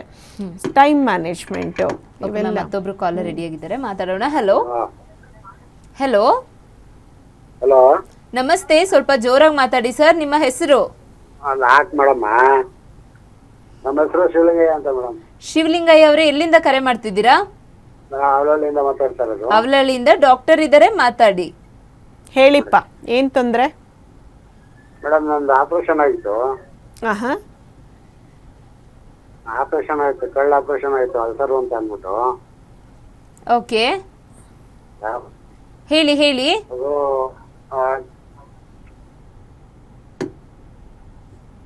ಮಾತಾಡೋದನ್ನ ಯೋಚನೆ ಮಾಡ್ಕೊಂಡು ಮಾತಾಡ್ತಾ ಇದ್ರು ಅನ್ಸುತ್ತೆ. ತೊಂದರೆ ಇಲ್ಲ, ಕಾಲ್ ಕಟ್ ಆಗಿದೆ, ಮತ್ತೊಮ್ಮೆ ಕರೆ ಮಾಡಿ ನಿಮ್ಮ ಪ್ರಶ್ನೆ ಏನಿದೆ ಅನ್ನೋದನ್ನ ಕೇಳಿ. ಹಾಗೆ ಮ್ಯಾಮ್, ನಾವು ನಮ್ಮ ಮಾತನ್ನ ಮುಂದುವರಿಸ್ತಾ ಇದ್ವಿ. ಸೊ ಆರೋಗ್ಯನ ಚೆನ್ನಾಗಿ ನೋಡ್ಕೊಳ್ಳುವಂಥದ್ದು ಅಂಡ್ ದೇಹದ ತೂಕ ಸರಿ ಸಮಾನವಾದ ರೀತಿನಲ್ಲಿ ಇದ್ರೆ ಈ ಒಂದು ಪ್ರಾಬ್ಲಮ್ನ ನಾವು ಫೇಸ್ ಮಾಡ್ಬೋದು ಅಂತ ಹೇಳಿದ್ವಿ ಮ್ಯಾಮ್. ಹಾಗೆ ಮತ್ತೊಂದು ಪ್ರಶ್ನೆ ಮ್ಯಾಮ್, ಇವಾಗ ನಾವು ಫೈಬ್ರಾಯ್ಡ್ ಗಡ್ಡೆಗಳು ಅಂತ ಮಾತಾಡಿದ್ವಿ, ಯಾವ ಕಾರಣಕ್ಕೆ ಈ ಒಂದು ಗಡ್ಡೆಗಳು ಬರುತ್ತೆ? ನಾನು ಅದೇ ಹೇಳಿದ ಹಾಗೆ ಫ್ಯಾಮಿಲಿ ಹಿಸ್ಟ್ರಿ ಇದ್ರೆ ಅಥವಾ ಹಾರ್ಮೋನ್ಗಳ ವ್ಯತ್ಯಾಸದಿಂದ ಈ ತರ ತುಂಬಾ ಲೇಟ್ ಆಗಿ ಪ್ರೆಗ್ನೆನ್ಸೀಸ್ ಪ್ಲಾನ್ ಮಾಡೋದ್ರಿಂದ ಈ ಫೈಬ್ರಾಯ್ಡ್ ಗಡ್ಡೆಗಳು ಸಾಮಾನ್ಯವಾಗಿ ಕಂಡು ಬರುತ್ತೆ. ಓಕೆ ಮ್ಯಾಮ್, ಹಾಗೆ ಇನ್ನೊಂದು, ಈ ಗಡ್ಡೆಗಳಿಂದ ಕ್ಯಾನ್ಸರ್ ಬರುವಂತಹ ಚಾನ್ಸಸ್ ಏನಾದರೂ ಇರುತ್ತಾ? ಇಲ್ಲ, ಅಂದರೆ ತುಂಬಾನೇ ಅಪರೂಪ. ಅಂದರೆ ಇವಾಗ ಸುಮಾರು ಒಂದು 300ರಿಂದ 500 ಫೈಬ್ರಾಯ್ಡ್ ಗಡ್ಡೆಗಳು ತಗೊಂಡ್ರೆ ಎಲ್ಲೋ ಒಂದು ಫೈಬ್ರಾಯ್ಡ್ ಗಡ್ಡೆಯಲ್ಲಿ ಕ್ಯಾನ್ಸರ್ ಇರ್ಬೋದು. ಈಗ ಸಾಮಾನ್ಯವಾಗಿ ನಾನು ಏನು ನೋಡ್ತೀನಿ ಅಂದರೆ ಸುಮಾರು ಜನ ಪೇಷಂಟ್ಸ್ ನನ್ನ ಹತ್ರ ಸ್ಕ್ಯಾನ್ ರಿಪೋರ್ಟ್ ತೊಗೊಂಡು ಬರ್ತಾರೆ. ತೊಗೊಂಡು ಬಂದು ಒಂದು 2 ಸೆಂಟಿಮೀಟ್ರ್ 3 ಸೆಂಟಿಮೀಟ್ರ್ ಫೈಬ್ರಾಯ್ಡ್ ಇರುತ್ತೆ, ನನಗಿದು ಫೈಬ್ರಾಯ್ಡ್ ಇದೆ ಅಂತ ಹೇಳಿದ್ದಾರೆ, ಕ್ಯಾನ್ಸರ್ ಆಗಿ ಟರ್ನ್ ಆಗ್ಬೋದು, ಅದಕ್ಕೆ ನನಗೆ ಆಪರೇಷನ್ ಮಾಡಿ ತೆಗೆದ್ಬಿಡಿ ಅಂತ ಹಿಂಸೆ ಮಾಡಿಕೊಂಡು. ಬಟ್ ಈ ಥರ ಭಯ ಪಡೋ ಅಗತ್ಯ ಖಂಡಿತ ಇಲ್ಲ. ಯಾಕಂದರೆ ಫೈಬ್ರಾಯ್ಡ್ ಗಡ್ಡೆಗಳಲ್ಲಿ ಕ್ಯಾನ್ಸರ್ ಆಗಿ ಟರ್ನ್ ಆಗೋದು ತುಂಬಾನೇ ವಿರಳ. ಸೊ ಹಾಗಾಗಿ ಫೈಬ್ರಾಯ್ಡ್ ಗಡ್ಡೆ ಇದ್ದ ಮಾತ್ರಕ್ಕೆ ಇದು ಯಾವಾಗಲೂ ಕ್ಯಾನ್ಸರ್ ಆಗುತ್ತೆ ಅಂತ ಗರ್ಭಕೋಶ ತೆಗೆಸ್ಕೊಳ್ಳೋದು ಒಳ್ಳೆ ಡಿಸಿಷನ್ ಅಲ್ಲ. ಸೊ ಹಾಗಾಗಿ ಪ್ರತಿ ವರ್ಷ ಒಂದೊಂದು ಸ್ಕ್ಯಾನ್ ಮಾಡಿಕೊಂಡು ಫೈಬ್ರಾಯ್ಡ್ ಗಡ್ಡೆಗಳೇನಾದರೂ ತುಂಬ ಜಾಸ್ತಿ ವೇಗದಲ್ಲಿ ಬೆಳೀತಾ ಇದೆ ಅಂದರೆ ಈ ವರ್ಷ ಸ್ಕ್ಯಾನ್ ಮಾಡಿಸ್ಕೊಂಡಿರ್ತೀರಿ 1-2 ಸೆಂಟಿಮೀಟ್ರ್ ಇರುತ್ತೆ, ಮುಂದಿನ ವರ್ಷ ಸ್ಕ್ಯಾನ್ ಮಾಡಿಸ್ಕೋತೀರಿ 8ರಿಂದ 10 ಸೆಂಟಿಮೀಟ್ರಾಗ, ಅಂದರೆ ಒಂದು ವರ್ಷದಲ್ಲಿ ಸುಮಾರು 6ರಿಂದ 7 ಸೆಂಟಿಮೀಟ್ರು ಜಾಸ್ತಿ ಬೆಳೆಯೋದು ಒಳ್ಳೇದಲ್ಲ. ಈ ಥರದ್ದೇನಾದರೂ ತುಂಬ ಜಾಸ್ತಿ ಬೆಳೀತಾ ಇದ್ರೆ ಆವಾಗ ಅದನ್ನ ಕ್ಯಾನ್ಸರ್ ಅಂತ ತಿಳ್ಕೊಬೇಕಾಗತ್ತೆ. ಇಲ್ಲ ಅಂದ್ರೆ ಸಣ್ಣ ಸಣ್ಣ ಫೈಬ್ರಾಯ್ಡ್ ಗಡ್ಡೆಗಳಲ್ಲೆಲ್ಲ ಕ್ಯಾನ್ಸರ್ ಗಡ್ಡೆ ಬರೋದು ತೀರಾನೇ ಅಪರೂಪ. ಓಕೆ ಮ್ಯಾಮ್, ಇನ್ನೊಂದು ಪ್ರಶ್ನೆ ಜನರಲ್ ಆಗಿ ಕೇಳೋದಾದ್ರೆ ಗರ್ಭಕೋಶಕ್ಕೆ ಸಂಬಂಧಪಟ್ಟಂತಹ ತೊಂದರೆಗಳು ಯಾವ ವಯಸ್ಸಿನಲ್ಲಿ ಹೆಚ್ಚಾಗಿ ಕಾಣಿಸ್ಕೊಳ್ಳೋದಕ್ಕೆ ಸ್ಟಾರ್ಟ್ ಆಗುತ್ತೆ? ಅಂದ್ರೆ ಮದುವೆ ಆಗಿರೋರಲ್ಲಿ ಮಾತ್ರನೇ ಕಾಣಿಸ್ಕೊಳ್ಳುತ್ತಾ ಅಥವಾ ಮದುವೆ ಆಗದೆ ಇರೋರಲ್ಲೂ ಕಾಣಿಸ್ಕೊಳ್ಳುತ್ತಾ? ಮುಂಚೆ ಎಲ್ಲ ಆಕ್ಚುಲಿ ಈ ಥರದ ತೊಂದರೆಗಳೆಲ್ಲ ಸುಮಾರು 30-35 ವರ್ಷದ ಮೇಲೆ ಕಂಡು ಬರ್ತಾ ಇತ್ತು. ಬಟ್ ಈಗೇನಂದ್ರೆ ಚಿಕ್ಕ ವಯಸ್ಸಿನ ಮಕ್ಕಳಲ್ಲಿ ಕೂಡ ಈ ಥರದ ಮುಟ್ಟಿನ ತೊಂದರೆಗಳು ಅಥವಾ ನೆಕ್ಸ್ಟ್ ಹದಿಹರೆಯದವ್ರಿಗೆ ಬಂದರೆ ಈ ಪಾಲಿಸಿಸ್ಟಿಕ್ ಓವರೀಸು, ಎಂಡೋಮೆಟ್ರಿಯಾಸಿಸ್ ಅಂತ ಹೇಳ್ತೀವಿ, ಈ ಓವರಿಯಲ್ಲಿ ಸಿಸ್ಟ್ ಬರೋದು, ಈ ಥರದ ತೊಂದರೆಗಳೆಲ್ಲ ಜಾಸ್ತಿ ಕಂಡು ಬರ್ತಾ ಇದೆ. ಸೊ ಏನಂದರೆ 2 ಕಾರಣಗಳಿರಬಹುದು. ಒಂದು, ಈ ಸ್ಟ್ರೆಸ್ ಲೆವೆಲ್ಸ್ ಎಲ್ಲ ಜಾಸ್ತಿ ಆಗಿ ಅಥವಾ ಲೇಟ್ ಪ್ರೆಗ್ನೆನ್ಸೀಸ್ ಆಗೋದ್ರಿಂದ ಗರ್ಭಕೋಶದ ತೊಂದರೆಗಳೂ ಜಾಸ್ತಿ ಆಗೋ ಕಾರಣ ಆಗಿದೆ. ಎರಡನೇದಂದರೆ ಜನರಲಿ ಅವೇರ್ನೆಸ್ ಜಾಸ್ತಿ ಆಗಿದೆ. ಅಂದರೆ ಹಿಂದಿನ ಕಾಲದಲ್ಲಿ ಏನಾಗಿದ್ರು ಮನೇಲೆ ಇದು ಮಾಡಿಕೊಂಡು ಹೆಂಗಸರಿಗೆ ಆಕ್ಚುಲಿ ಆ ತಮ್ಮ ತೊಂದರೆಗಳನ್ನ ಹೇಳ್ಕೊಳ್ಳೋ ಇದು ಕೂಡ ಧೈರ್ಯ ಕೂಡ ಇರ್ತಾ ಇರಲಿಲ್ಲ. ಮುಚ್ಚಿಟ್ಕೊಂಡು ಅವರೇ ಕೊರಗಿ ಕೊನೆಗೆ ಒಂದು ಇದಾಗ್ತಿತ್ತು. ಬಟ್ ಈಗ ಏನಾಗ್ತಾ ಇದೆ ಅಂದ್ರೆ ಅವೇರ್ನೆಸ್ ಜಾಸ್ತಿ ಆಗ್ತಾ ಇರೋದ್ರಿಂದ ಜನಕ್ಕೆ ಭಯ ಇದೆ. ಏನು ಒಂದು ಚಿಕ್ಕ ಪುಟ್ಟ ಆರೋಗ್ಯ ತೊಂದರೆಗಳಾದ್ರೂ ಡಾಕ್ಟರ್ ಹತ್ರ ಹೋಗ್ಬೇಕು, ತೋರಿಸ್ಕೋಬೇಕು, ಸ್ಕ್ಯಾನ್ಗಳು ಮಾಡ್ತೀವಿ, ಈ ಥರದ ಅವೇರ್ನೆಸ್ ಜಾಸ್ತಿ ಆಗಿ ಅಂದ್ರೆ ನಾವು ಕೂಡ ಇನ್ವೆಸ್ಟಿಗೇಷನ್ಸ್ ಜಾಸ್ತಿ ಮಾಡಿರೋದ್ರಿಂದ ಈ ಥರದ್ದು ತೊಂದರೆಗಳು ಜಾಸ್ತಿ ಕಂಡು ಬರ್ತಾ ಇದೆ ಅಂತ ಹೇಳ್ಬಹುದು. ಓಕೆ ಮ್ಯಾಮ್, ಹಾಗೆ ಮತ್ತೊಂದು ಪ್ರಶ್ನೆ, ಸಾಕಷ್ಟು ಕಾಲರ್ಸ್ಗಳು ಕೂಡ ಕೇಳಿದವರೆಲ್ಲ ಮಕ್ಕಳಾಗಿಲ್ಲ ಅಂತ ಹೇಳ್ತಾ ಇದ್ರು. ಯಾಕೆ ಬಂಜೆತನ ಅನ್ನೋದು ಹೆಚ್ಚಾಗ್ತಿದೆ? ಈಗ ಬಂಜೆತನಕ್ಕೆ ಕಾರಣ ಹೆಣ್ಮಕ್ಳಲ್ಲಾದ್ರೂ ಇರಬಹುದು, ಗಂಡಸರಲ್ಲಾದ್ರೂ ಇರಬಹುದು. ಸೊ ಈ ಕಾರಣ ಇಬ್ಬರಿಗೂ ನಾವು ಟೆಸ್ಟ್ಗಳು ಮಾಡಿ ಯಾರಲ್ಲಿ ತೊಂದರೆ ಇದೆ ಅಂತ ಕಂಡು ಹಿಡಿಬೇಕಾಗತ್ತೆ. ಈಗ ನಾನು ಹೇಳಿದ ಹಾಗೆ ಸುಮಾರು ಈ ಪೀರಿಯಡ್ಸ್ ಪ್ರಾಬ್ಲಮ್ ಇರೋದಂದ್ರೆ ಈ ಪಾಲಿಸಿಸ್ಟಿಕ್ ಓವರೀಸ್ ಇರೋದು, ಎಂಡೋಮೆಟ್ರಿಯಾಸಿಸ್ ಸಿಸ್ಟ್ ಅಂತ ಹೇಳ್ತೀವಿ, ಆ ಥರ ಇರೋದು, ಈ ಕಾಯಿಲೆಗಳೆಲ್ಲ ಸ್ವಲ್ಪ ಹೆಚ್ಚಿನ ಪ್ರಮಾಣದಲ್ಲಿ ಕಂಡು ಬರ್ತಾ ಇದೆ. ಈಗ ನಾನು ಓದ್ತಾ ಇರುವಾಗ ಈ ಥರದ ಕಾಯಿಲೆಗಳು ತುಂಬಾನೇ ಕಡಿಮೆ ಇದ್ರಲ್ಲಿ ನೋಡ್ತಾ ಇದ್ವಿ. ಬಟ್ ಈಗ ನಾನು ಪ್ರಾಕ್ಟೀಸ್ ಮಾಡ್ತಾ ಇರುವಾಗ ತುಂಬಾನೇ ಹೆಣ್ಮಕ್ಳಲ್ಲಿ ಈ ಥರದ ತೊಂದರೆಗಳು ಕಂಡು ಬರ್ತಾ ಇದೆ. ಸೊ ಈ ರೀತಿ ತೊಂದರೆಗಳೆಲ್ಲ ಇದ್ದಾಗ ಅವು ಆಕ್ಚುಲಿ ಇನ್ಫರ್ಟಿಲಿಟಿ ಅಥವಾ ಬಂಜೆತನಕ್ಕೆ ಕಾರಣ ಆಗ್ತವೆ. ಓಕೆ ಮ್ಯಾಮ್, ಮತ್ತೊಂದು ಪ್ರಶ್ನೆ, ಮುಟ್ಟು ನಿಲ್ಲುವ ಲಕ್ಷಣಗಳು ಹೇಗಿರುತ್ತೆ? ಅದೊಂದು ಸಿಂಪ್ಟಮ್ಸ್ಗಳು ಹೇಗೆ ನಮಗೆ ಗೊತ್ತಾಗುತ್ತೆ ನಿಂತಿದೆ ಅನ್ನೋದು? ಓಕೆ, ಈ ಏಜ್ ಪ್ರಕಾರ ತಗೊಂಡ್ರೆ ಇಂಡಿಯಾದಲ್ಲಿ average Indian age around 50 to 51 years. So ಇದು ನಿಮಗೆ ತಿಂಗಳು ಬರ್ತಾ ಇರೋ ಮುಟ್ಟು ಕಮ್ಮಿ ಆಗ್ತಾ ಬರ್ಬೋದು. ಅಂದರೆ 2 ತಿಂಗಳು 3 ತಿಂಗಳಿಗೋ ಒಂದ್ಸಲ ಕಾಣಿಸ್ಕೊಬಹುದು. 4ರಿಂದ 5 ದಿನ ಮುಟ್ಟು ಹೋಗ್ತಾ ಇದ್ರೆ 1-2 ದಿನಕ್ಕೆ ಇಳಿಬಹುದು. 1 ದಿನ ಅಥವಾ 2 ದಿನಕ್ಕೆ. ದಿನಕ್ಕೆ ನೀವು 2ರಿಂದ 3 ಪ್ಯಾಡ್ಗಳು ಚೇಂಜ್ ಮಾಡ್ತಾ ಇದ್ರೆ ಒಂದೇ ಪ್ಯಾಡ್ಗೆ ಇಳಿಬಹುದು. ಸೊ ಸತತವಾಗಿ ಅಂದ್ರೆ ಕ್ರಮೇಣವಾಗಿ ಮುಟ್ಟು ಬರೋ ಫ್ರೀಕ್ವೆನ್ಸಿನೂ ಕಡಿಮೆ ಆಗತ್ತೆ, ದಿನಗಳು ಕಡಿಮೆ ಆಗತ್ತೆ, ಪ್ರಮಾಣ ಕೂಡ ಕಡಿಮೆ ಆಗತ್ತೆ. ಸೊ ಈ ಥರದ ಸಿಂಪ್ಟಮ್ಸ್ ಇದ್ರೆ ನಿಮ್ಗೆ ಮುಟ್ಟು ನಿಲ್ಲೋ ಏಜು ಹತ್ರ ಬರ್ತಾ ಇದೆ ಅಂತ. ಹಾಗೆ ಮ್ಯಾಮ್, ಇವಾಗ ನೀವು ಕೆಲವೊಂದು ಲಕ್ಷಣಗಳನ್ನ ತಿಳಿಸ್ಕೊಟ್ರಿ. ಹಾಗೆ ಇದು ಕಂಪ್ಲೀಟ್ ಆಗಿ ನಿಲ್ಲೋದನ್ನ ನಾವು ಹೇಗೆ ನಿಭಾಯಿಸಬೇಕಾಗುತ್ತೆ? ಹೌದು, ಆ್ಯಕ್ಚುಲಿ ಹೇಳಬೇಕಂದ್ರೆ ಇಂಡಿಯನ್ ಪಾಪ್ಯುಲೇಷನ್ ಅಲ್ಲಿ ಇಂಡಿಯನ್ ವಿಮೆನಲ್ಲಿ ಈ ಮೆನೋಪಾಸಲ್ ಸಿಂಪ್ಟಮ್ಸ್ ಅಂತ ಹೇಳ್ತೀವಿ. ಅಂದರೆ ಮುಟ್ಟು ನಿಂತ ನಂತರ ಅಥವಾ ನಿಲ್ಲೋ ಟೈಮ್ನಲ್ಲಿ ತುಂಬ ಇರಿಟೇಷನ್ ಆಗೋದು, ಮುಖ ಎಲ್ಲ ಬಿಸಿ ಆಗೋದು, ಮೈಯೆಲ್ಲ ಬಿಸಿ ಆಗೋದು, ಎಲ್ಲರ ಮೇಲೂ ಸಿಡಿಗಿಡಿಗೊಳ್ಳೋದು, ಕೋಪ ಮಾಡ್ಕೊಳ್ಳೋದು, ನಿದ್ದೆ ಬರದೇ ಇರೋದು, ಈ ಥರದ ಸಿಂಪ್ಟಮ್ಸ್ ಎಲ್ಲ ಇರುತ್ತೆ. ಬಟ್ ಇಂಡಿಯನ್ ವಿಮೆನ್ ಈ ಥರ ಸಿಂಪ್ಟಮ್ಸ್ ಇಟ್ಕೊಂಡು ನನಗೆ ಟ್ರೀಟ್ಮೆಂಟ್ ಬೇಕು ಅಂತ ಬರೋರು ಸುಮಾರು ಕಡಿಮೆ. ಯಾಕಂದರೆ ಇದೇನಿದ್ರು ಜಾಸ್ತಿ ನಾವು US ಪಾಪ್ಯುಲೇಷನ್ ಅಥವಾ ವೆಸ್ಟರ್ನ್ ಪಾಪ್ಯುಲೇಷನಲ್ಲಿ ಜಾಸ್ತಿ ನೋಡ್ತೀವಿ ಹೊರತು ಇಂಡಿಯನ್ ಮಹಿಳೆಯರಿಗೆ ಈ ಥರದ ಮೆನಪಾಸಲ್ ಸಿಂಪ್ಟಮ್ಸ್ಗೋಸ್ಕರ ನಾವು ಟ್ರೀಟ್ಮೆಂಟ್ ಅಂದರೆ ಹಾರ್ಮೋನ್ ರೀಪ್ಲೇಸ್ಮೆಂಟ್ ಥೆರಪಿ ಅಂತ ಹೇಳ್ತೀವಿ. ಬೇಸಿಕಲಿ ಇದೆಲ್ಲ ತೊಂದರೆಗಳು ಕಾಣಿಸ್ಕೊಳ್ಳೋದು ದೇಹದಲ್ಲಿ ಹಾರ್ಮೋನ್ ಉತ್ಪಾದನೆ ಕಡಿಮೆ ಆದಾಗ. ಸೊ ಹಾಗಾಗಿ ನಾವು ಹಾರ್ಮೋನ್ ರೀಪ್ಲೇಸ್ಮೆಂಟ್ ಥೆರಪಿ ಅಂತ ಹೇಳಿ ಹಾರ್ಮೋನ್ಗಳನ್ನ ಟ್ಯಾಬ್ಲೆಟ್ಸ್ ಮೂಲಕ ಕೊಡ್ತೀವಿ. ಬಟ್ ಇದು ಬೇಕಾಗಲ್ಲ. ಸೊ ಇದಕ್ಕೆ ಬದಲು ನಾನು ಮುಂಚೆ ಹೇಳಿದ ಹಾಗೆ ಸೋಯಾ ಜಾಸ್ತಿ ಇರೋ ಪದಾರ್ಥಗಳ ಸೇವನೆ ಮಾಡಿದ್ರೆ, ಅಂದರೆ ಟೋಫು ಅಂತ ಹೇಳ್ತೀವಿ, ಪನ್ನೀರಲ್ಲಿ ಸೋಯಾ ಬರುತ್ತೆ, ಟೋಫು ಅಥವಾ ಮೀಲ್ ಮೇಕರ್ ಅಂತ ಹೇಳ್ತೀವಿ, ಅಥವಾ ಈ ಗೋಧಿ ಹಿಟ್ಟು ಚಪಾತಿ ಮಾಡುವಾಗ ಗೋಧಿ ಹಿಟ್ಟಿಗೆ ಸೋಯಾ ಹಿಟ್ಟನ್ನು ಮಿಕ್ಸ್ ಮಾಡಿಕೊಂಡು ಅದರ ರೂಪದಲ್ಲಿ ಸೋಯಾ ಜಾಸ್ತಿ ಕನ್ಸ್ಯೂಮ್ ಮಾಡೋದು, ಸೋಯಾ ಮಿಲ್ಕ್ ಸಿಗುತ್ತೆ. ಈ ಥರದ್ದೆಲ್ಲ ತಗೊಂಡಾಗ ಸ್ವಲ್ಪ ಮಟ್ಟಿಗೆ ಈ ಹಾರ್ಮೋನ್ಗಳ ವೈಪರೀತ್ಯ ಕಮ್ಮಿಯಾಗಿ ಈ ಥರದ ಸಿಂಪ್ಟಮ್ಸ್ ಎಲ್ಲ ನಾವು ಕಡಿಮೆ ಮಾಡ್ಕೋಬೋದು. ವೆರಿ ಇಂಪಾರ್ಟೆಂಟ್ ಅಂದರೆ ನಾನು ಮುಂಚೆನೂ ತಿಳಿಸಿದ ಹಾಗೆ ಸ್ವಲ್ಪ ಮಟ್ಟಿಗೆ ಯೋಗ ಮಾಡೋದು, ಧ್ಯಾನ ಮಾಡೋದು, ಸ್ಟ್ರೆಸ್ ಲೆವೆಲ್ ಕಡಿಮೆ ಮಾಡ್ಕೊಳ್ಳೋದು, ಫಿಟ್ನೆಸ್ ಇಟ್ಕೊಳ್ಳೋದು, ಬೆಳಗ್ಗೆ ಎದ್ದಾಗ ವಾಕಿಂಗ್ ಮಾಡೋದು, ಬ್ರಿಸ್ಕ್ ವಾಕಿಂಗ್ ಮಾಡೋದು, ಎಕ್ಸಸೈಸ್ ಮಾಡೋದು, ಇವೆಲ್ಲ ಮಾಡೋದ್ರಿಂದ ದೇಹದ ತೂಕನೂ ಕಂಟ್ರೋಲ್ನಲ್ಲಿರುತ್ತೆ. ಪ್ಲಸ್ ಈ ಮೆನಪಾಸಲ್ ಸಿಂಪ್ಟಮ್ಸ್ಗೂ ಹೆಲ್ಪ್ ಆಗುತ್ತೆ. ಓಕೆ ಮ್ಯಾಮ್, ಹಾಗೆ ಮತ್ತೊಂದು ಪ್ರಶ್ನೆ ಮ್ಯಾಮ್. ಸಾಮಾನ್ಯವಾಗಿ ಹೇಳೋದಾದರೆ ಹೆಂಗಸರು ಯಾವ ಒಂದು ಸಂದರ್ಭದಲ್ಲಿ ಗೈನಕಾಲಜಿಸ್ಟನ್ನ ಸಂಪರ್ಕಿಸಬಹುದಾಗುತ್ತೆ? ಹೌದು, ಈಗ ಹೆಂಗಸರಿಗೆ ಸಾಮಾನ್ಯವಾಗಿ ಕಂಡು ಬರೋದು ಅಂದರೆ ಮುಟ್ಟಿನ ತೊಂದರೆಗಳು. ನಾನು ಮುಂಚೆ ಹೇಳಿದ ಹಾಗೆ ತೀರಾ ಫ್ರೀಕ್ವೆಂಟ್ ಆಗಿ 15-20 ದಿನಕ್ಕೊಂದ್ಸಲ ಬರ್ತಾ ಇದ್ರೆ, ಅಥವಾ ತುಂಬ ಲೇಟಾಗಿ ಬರ್ತಾ ಇದ್ರೆ, ಜಾಸ್ತಿ ಪ್ರಮಾಣದಲ್ಲಿ ಮುಟ್ಟು ಹೋದರೆ, ಗಡ್ಡೆ ಮುಟ್ಟು ಹೋಗ್ತಾ ಇದ್ರೆ, ಮುಟ್ಟಿನ ಸಮಯದಲ್ಲಿ ತೀವ್ರತರವಾದ ನೋವಿದ್ರೆ, ಮಾತ್ರೆ ತಗೊಂಡ್ರು, ನೋವು ನಿವಾರಕ ಮಾತ್ರೆ ತಗೊಂಡ್ರು ಕಡಿಮೆ ಆಗದಲ್ಲೇ ಇದ್ದರೆ, ಈ ಥರದ ತೊಂದರೆಗಳೇನಾದರೂ ಇದ್ದರೆ ಗೈನಕಾಲಜಿಸ್ಟ್ನ ಕಾಣಬೇಕಾಗತ್ತೆ. ಏನೂ ತೊಂದರೆಗಳಿಲ್ಲ ಅಂದ್ರೂ ಕೂಡ ಅಟ್ಲೀಸ್ಟ್ ನೀವು ಒಂದ್ಸಲ ಆದರೂ ಈ ಪ್ಯಾಪ್ಸ್ಮಿಯರ್ ಅಂತ ಏನು ಹೇಳಿದೆ, ಅಂದರೆ ಇದು ಸರ್ವೈಕಲ್ ಕ್ಯಾನ್ಸರ್ ಅಂದರೆ ಗರ್ಭಕೋಶದ ಬಾಯಿನ ಕ್ಯಾನ್ಸರ್ ಇದೆಯಾ ಇಲ್ವಾ ಅಂತ ತಿಳ್ಕೊಳ್ಳಿಕ್ಕೆ ಪ್ಯಾಪ್ಸ್ಮಿಯರ್ ಟೆಸ್ಟ್ ಅಂತ ಮಾಡ್ತೀವಿ. ಸೊ ಅಟ್ಲೀಸ್ಟ್ ಒಂದ್ಸಲನಾದರೂ ನೀವು ಪ್ಯಾಪ್ಸ್ಮಿಯರ್ ಟೆಸ್ಟ್ ಮಾಡಿಸ್ಕೊಳ್ಳಿಕ್ಕೆ ಗೈನಕಾಲಜಿಸ್ಟ್ ಹತ್ರ ನೋಡಬೇಕಾಗತ್ತೆ.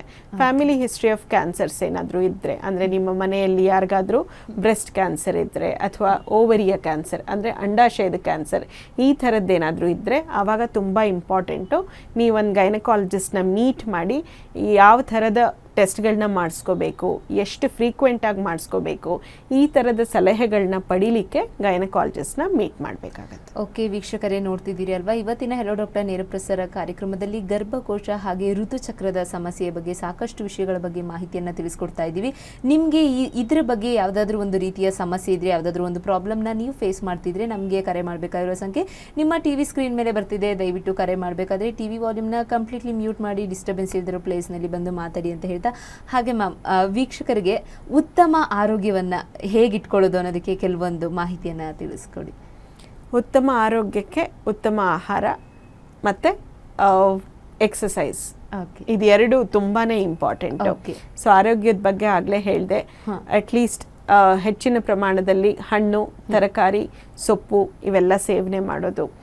ಹಾಗೆ ಎಕ್ಸಸೈಸಿಗೆ ಬಂದಾಗ ಅಟ್ಲೀಸ್ಟ್ ದಿನಕ್ಕೆ ಒಂದು 30-40 ನಿಮಿಷ ಬಿರುಸು ನಡಿಗೆ ಅಂದರೆ ಬ್ರಿಸ್ಕ್ ವಾಕಿಂಗ್ ಅಂತ ಹೇಳ್ತೀವಿ, ಅದನ್ನು ಮಾಡೋದು. ವಾರದಲ್ಲಿ 5 ದಿನ ಆದರೂ ಈ 30 to 40 minutes ಬ್ರಿಸ್ಕ್ ವಾಕ್ ಮಾಡೋ ಅಭ್ಯಾಸ ಇಟ್ಕೊಳ್ಳಿ. ದಿನಕ್ಕೆ ಒಂದು 15-20 ನಿಮಿಷನಾದರೂ ಧ್ಯಾನ ಮಾಡೋ, ಮೆಡಿಟೇಷನ್ ಮಾಡೋ ಅಭ್ಯಾಸ ಇಟ್ಕೊಳ್ಳಿ.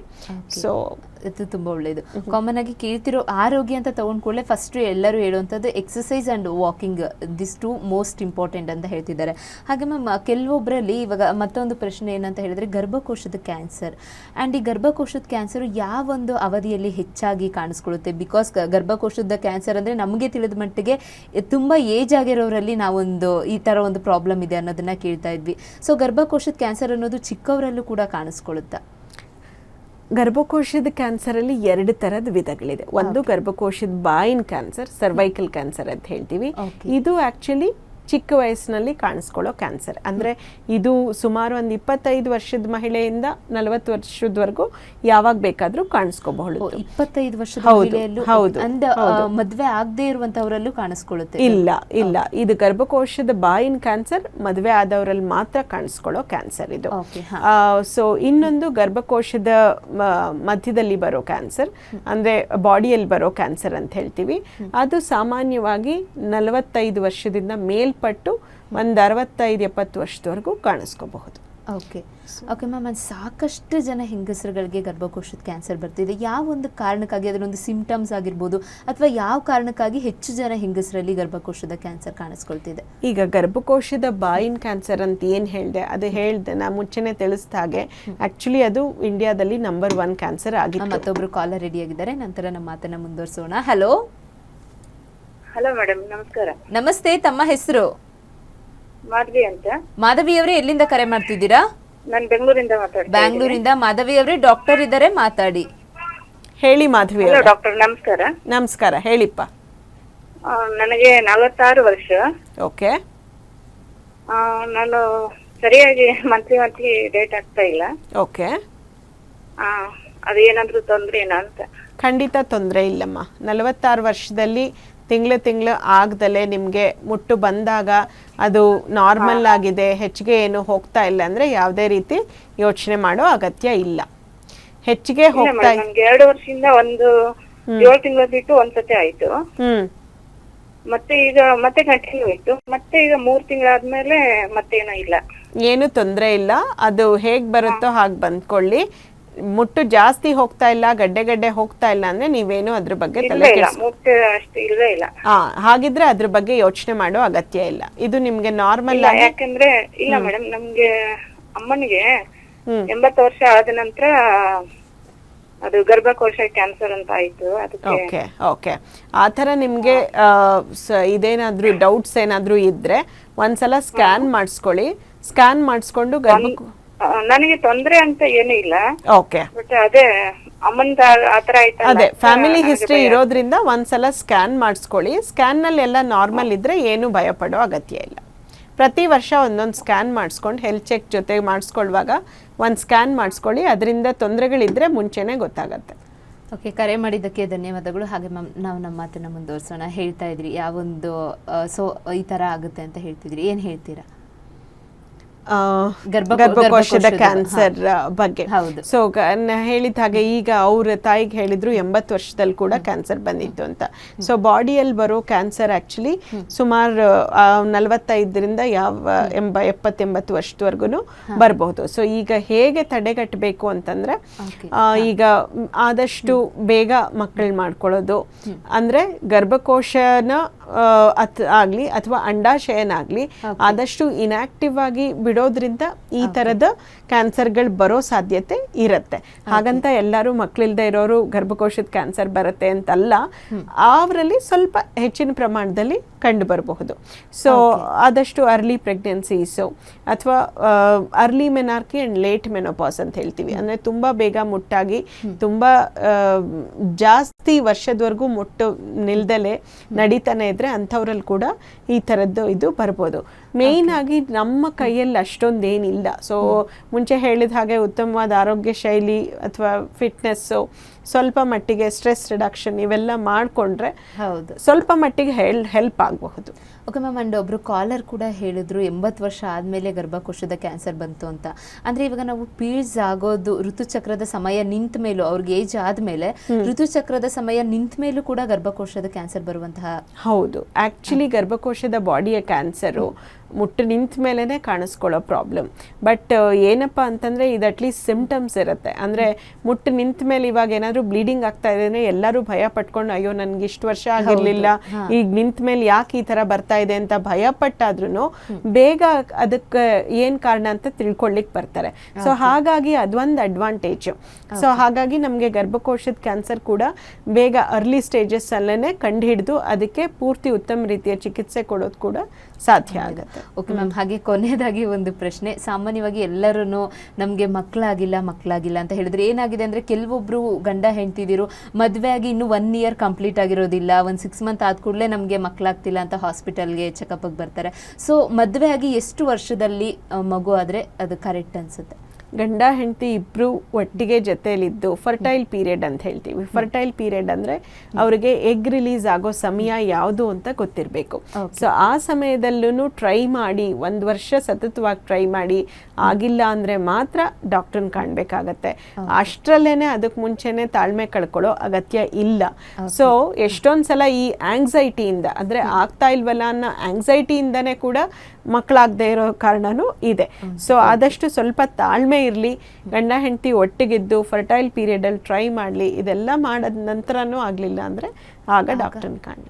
ಓಕೆ ವೀಕ್ಷಕರೇ, ನೋಡಿದ್ರಿ ಅಲ್ವಾ ಇವತ್ತಿನ ಹಲೋ ಡಾಕ್ಟರ್ ನೇರಪ್ರಸಾರ ಕಾರ್ಯಕ್ರಮದಲ್ಲಿ ಬಂಜೆತನ ಆಗಿರ್ಬೋದು, ಹಾಗೆ ಮುಟ್ಟಿನ ಸಮಸ್ಯೆ ಆಗಿರ್ಬೋದು, ಋತುಚಕ್ರದ ಸಮಸ್ಯೆ ಅಂತ ಹೇಳ್ತೀವಿ, ಹಾಗೆ ಗರ್ಭಕೋಶದಲ್ಲಿ ಸಂಬಂಧಪಟ್ಟಂತಹ ಸಾಕಷ್ಟು ವಿಷಯಗಳ ಬಗ್ಗೆ ನಿಮಗೆ ಮಾಹಿತಿಯನ್ನು ತಿಳಿಸ್ಕೊಟ್ರು. ಇವತ್ತಿನ ಕಾರ್ಯಕ್ರಮವನ್ನು ಮುಗಿಸುವಂತಹ ಹಂತಕ್ಕೆ ನಾವೀಗ ತಲುಪಿದ್ದೀವಿ. ಮ್ಯಾಮ್, ನಮ್ಮ ಕಾರ್ಯಕ್ರಮಕ್ಕೆ ಬಂದು ಸಾಕಷ್ಟು ವಿಷಯಗಳ ಬಗ್ಗೆ ಮಾಹಿತಿಯನ್ನು ತಿಳಿಸ್ಕೊಟ್ರಿ. ಆ್ಯಂಡ್ ಕೆಲವೊಬ್ಬರು ಅಂದ್ಕೊಂಡಿದ್ರು ಫುಡ್ ತಗೊಳ್ಳೋದ್ರಿಂದನೂ ಕೂಡ ಈ ಥರ ಒಂದು ಪ್ರಾಬ್ಲಮ್ ಆಗುತ್ತೆ ಅಂತ. ಸಾಕಷ್ಟು ವಿಷಯಗಳ ಬಗ್ಗೆ ಸೂಕ್ತವಾದ ಮಾಹಿತಿಯನ್ನು ತಿಳಿಸ್ಕೊಟ್ರಿ. ನಿಮಗೆ ತುಂಬ ಹೃದಯದ ಧನ್ಯವಾದಗಳು. Thank you so much. Okay ವೀಕ್ಷಕರೇ, ನೋಡಿದ್ರಿ ಅಲ್ವಾ ಇವತ್ತಿನ ಹೆಲೋ ಡಾಕ್ಟರ್ ನೇರಪ್ರಸಾರ ಕಾರ್ಯಕ್ರಮ ತಮಗೆ ಇಷ್ಟ ಆಗಿದೆ ಅಂತ ಭಾವಿಸ್ತೀನಿ. ಹಾಗೆ ಮುಂದಿನ ಹೆಲೋ ಡಾಕ್ಟರ್ ನೇರಪ್ರಸಾರ ಕಾರ್ಯಕ್ರಮದಲ್ಲಿ ಮತ್ತೊಂದು ಆರೋಗ್ಯಕ್ಕೆ ಸಂಬಂಧಪಟ್ಟಂತ ವಿಷಯದ ಬಗ್ಗೆ ಸಾಕಷ್ಟು ಪ್ರಶ್ನೆಗಳನ್ನು ಹೊತ್ತು ನಿಮ್ಮ ಮುಂದೆ ಬರ್ತೀನಿ. ಅಲ್ಲಿವರೆಗೂ ತಪ್ಪದೆ ನೋಡ್ತಾ ಇರಿ ಹಂಸ ಟಿವಿ. ನಮಸ್ತೆ.